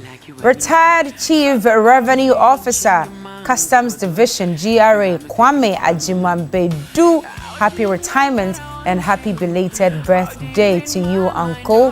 Thank you for your dedication to Mother Ghana. Prosper Nyaho, happy birthday. It's from your in-law. Happy birthday to you. Pauline Nanaya Ajiman. This one is from your mother, the hot color lady. Okay. Owohene Patrick of 21 United Hands Foundation Network. Happy birthday to you, sir. Gladys Osei Esieduwa Negli. Is it Negli? Yeah. Happy birthday to you as well. Jemima Baba Krenzel, formerly of Electoral Commission. Happy birthday to you, Auntie Baba. Okay. Mrs. Caroline Sechi is from Akosia Royal Baby. Okay. Happy birthday, David Koblan. Be blessed from DJ Filter. Okay. Mavis Hajo. Enjoy your new chapter in life. All right. James Ofochu Dadibo. Is that correct? Yeah, Dadibo. I think so. Sorry if I didn't mention it right. It's from your adorable wife, JJ, and from King JJ as well. Ajua Yabua of Accra. This one is from Collins. Happy birthday to you. Okay. Kennedy, enjoy your day. It's from Sophia. Right. Queen from Mommy and the entire family. Queen, enjoy your birthday. Mause Emelda. Happy birthdays from Ellie Klim to you. Okay. Sana, God bless you so much. Your boy on the side is nice. Happy birthday. Michelle, Miguel, and Michaela. Wow. Happy birthday to all of you. It's from your parents and Auntie Mavis. All right. Are we done? And your name, Kwashi, North Carnation. Wishing you God's blessings and love from Belinda. And also, Patience are here for happy birthday to you. It's from Chief Inspector Martin Lajekbo. All right. Samuel Kwao works at Matayeko. Happy birthday to you, Samuel. Okay. Isaac Abuajiampong, God bless your new age. It's from Esiedu. Okay. Valerie Na Ade Sefa Ko Jani at Akosomo International School. It's from your parents. She's so lovely, huh? Happy birthday to you, Angel. Happy birthday. Imelda Edem, God bless you abundantly. All right. Is that the last one? And belated happy birthday going out to the one and only Joseph Akable Esquire. Esquire, happy birthday. God bless you. God increase you on every side. I'm waiting for the day that you'll be made Supreme Court judge and finally Chief Justice for our dear nation Ghana. And it will happen in the name of Jesus. When it happens, remember I said it here first on TV3 Newday when I was humbly co-host to the Supreme Court Justice of Ghana. Akable, enjoy your day. Nyamisha Obebre. How do you say Nyamisha in Nzima? Nyami Nyame Yirao. Nyame Yirao. Oh no, I'm good. Nyame Yirao, right? Happy birthday to you, Joseph. Yeah, thank you. I saw the wishes you guys sent you and Roland on Wednesday. We love you. Yeah. I love you guys too. We love you, and we love the transition because you used to be a lot more laid back and all, but these days, I like the vibe. Ubano power rapping, you know. Hey, Joseph Akable. Enjoy your weekend and enjoy the jollof. I told you it's on me, right? So I'll pay for the jollof. Sure. All right? Okay. Enjoy the rest of our programming. Have a great weekend. Beware of the rains and be safe wherever you may be. Thank you very much. I am Cookie T and I did this. Joseph, I'm told this one is a song. Yeah, Electric Energy. Samini. Samini.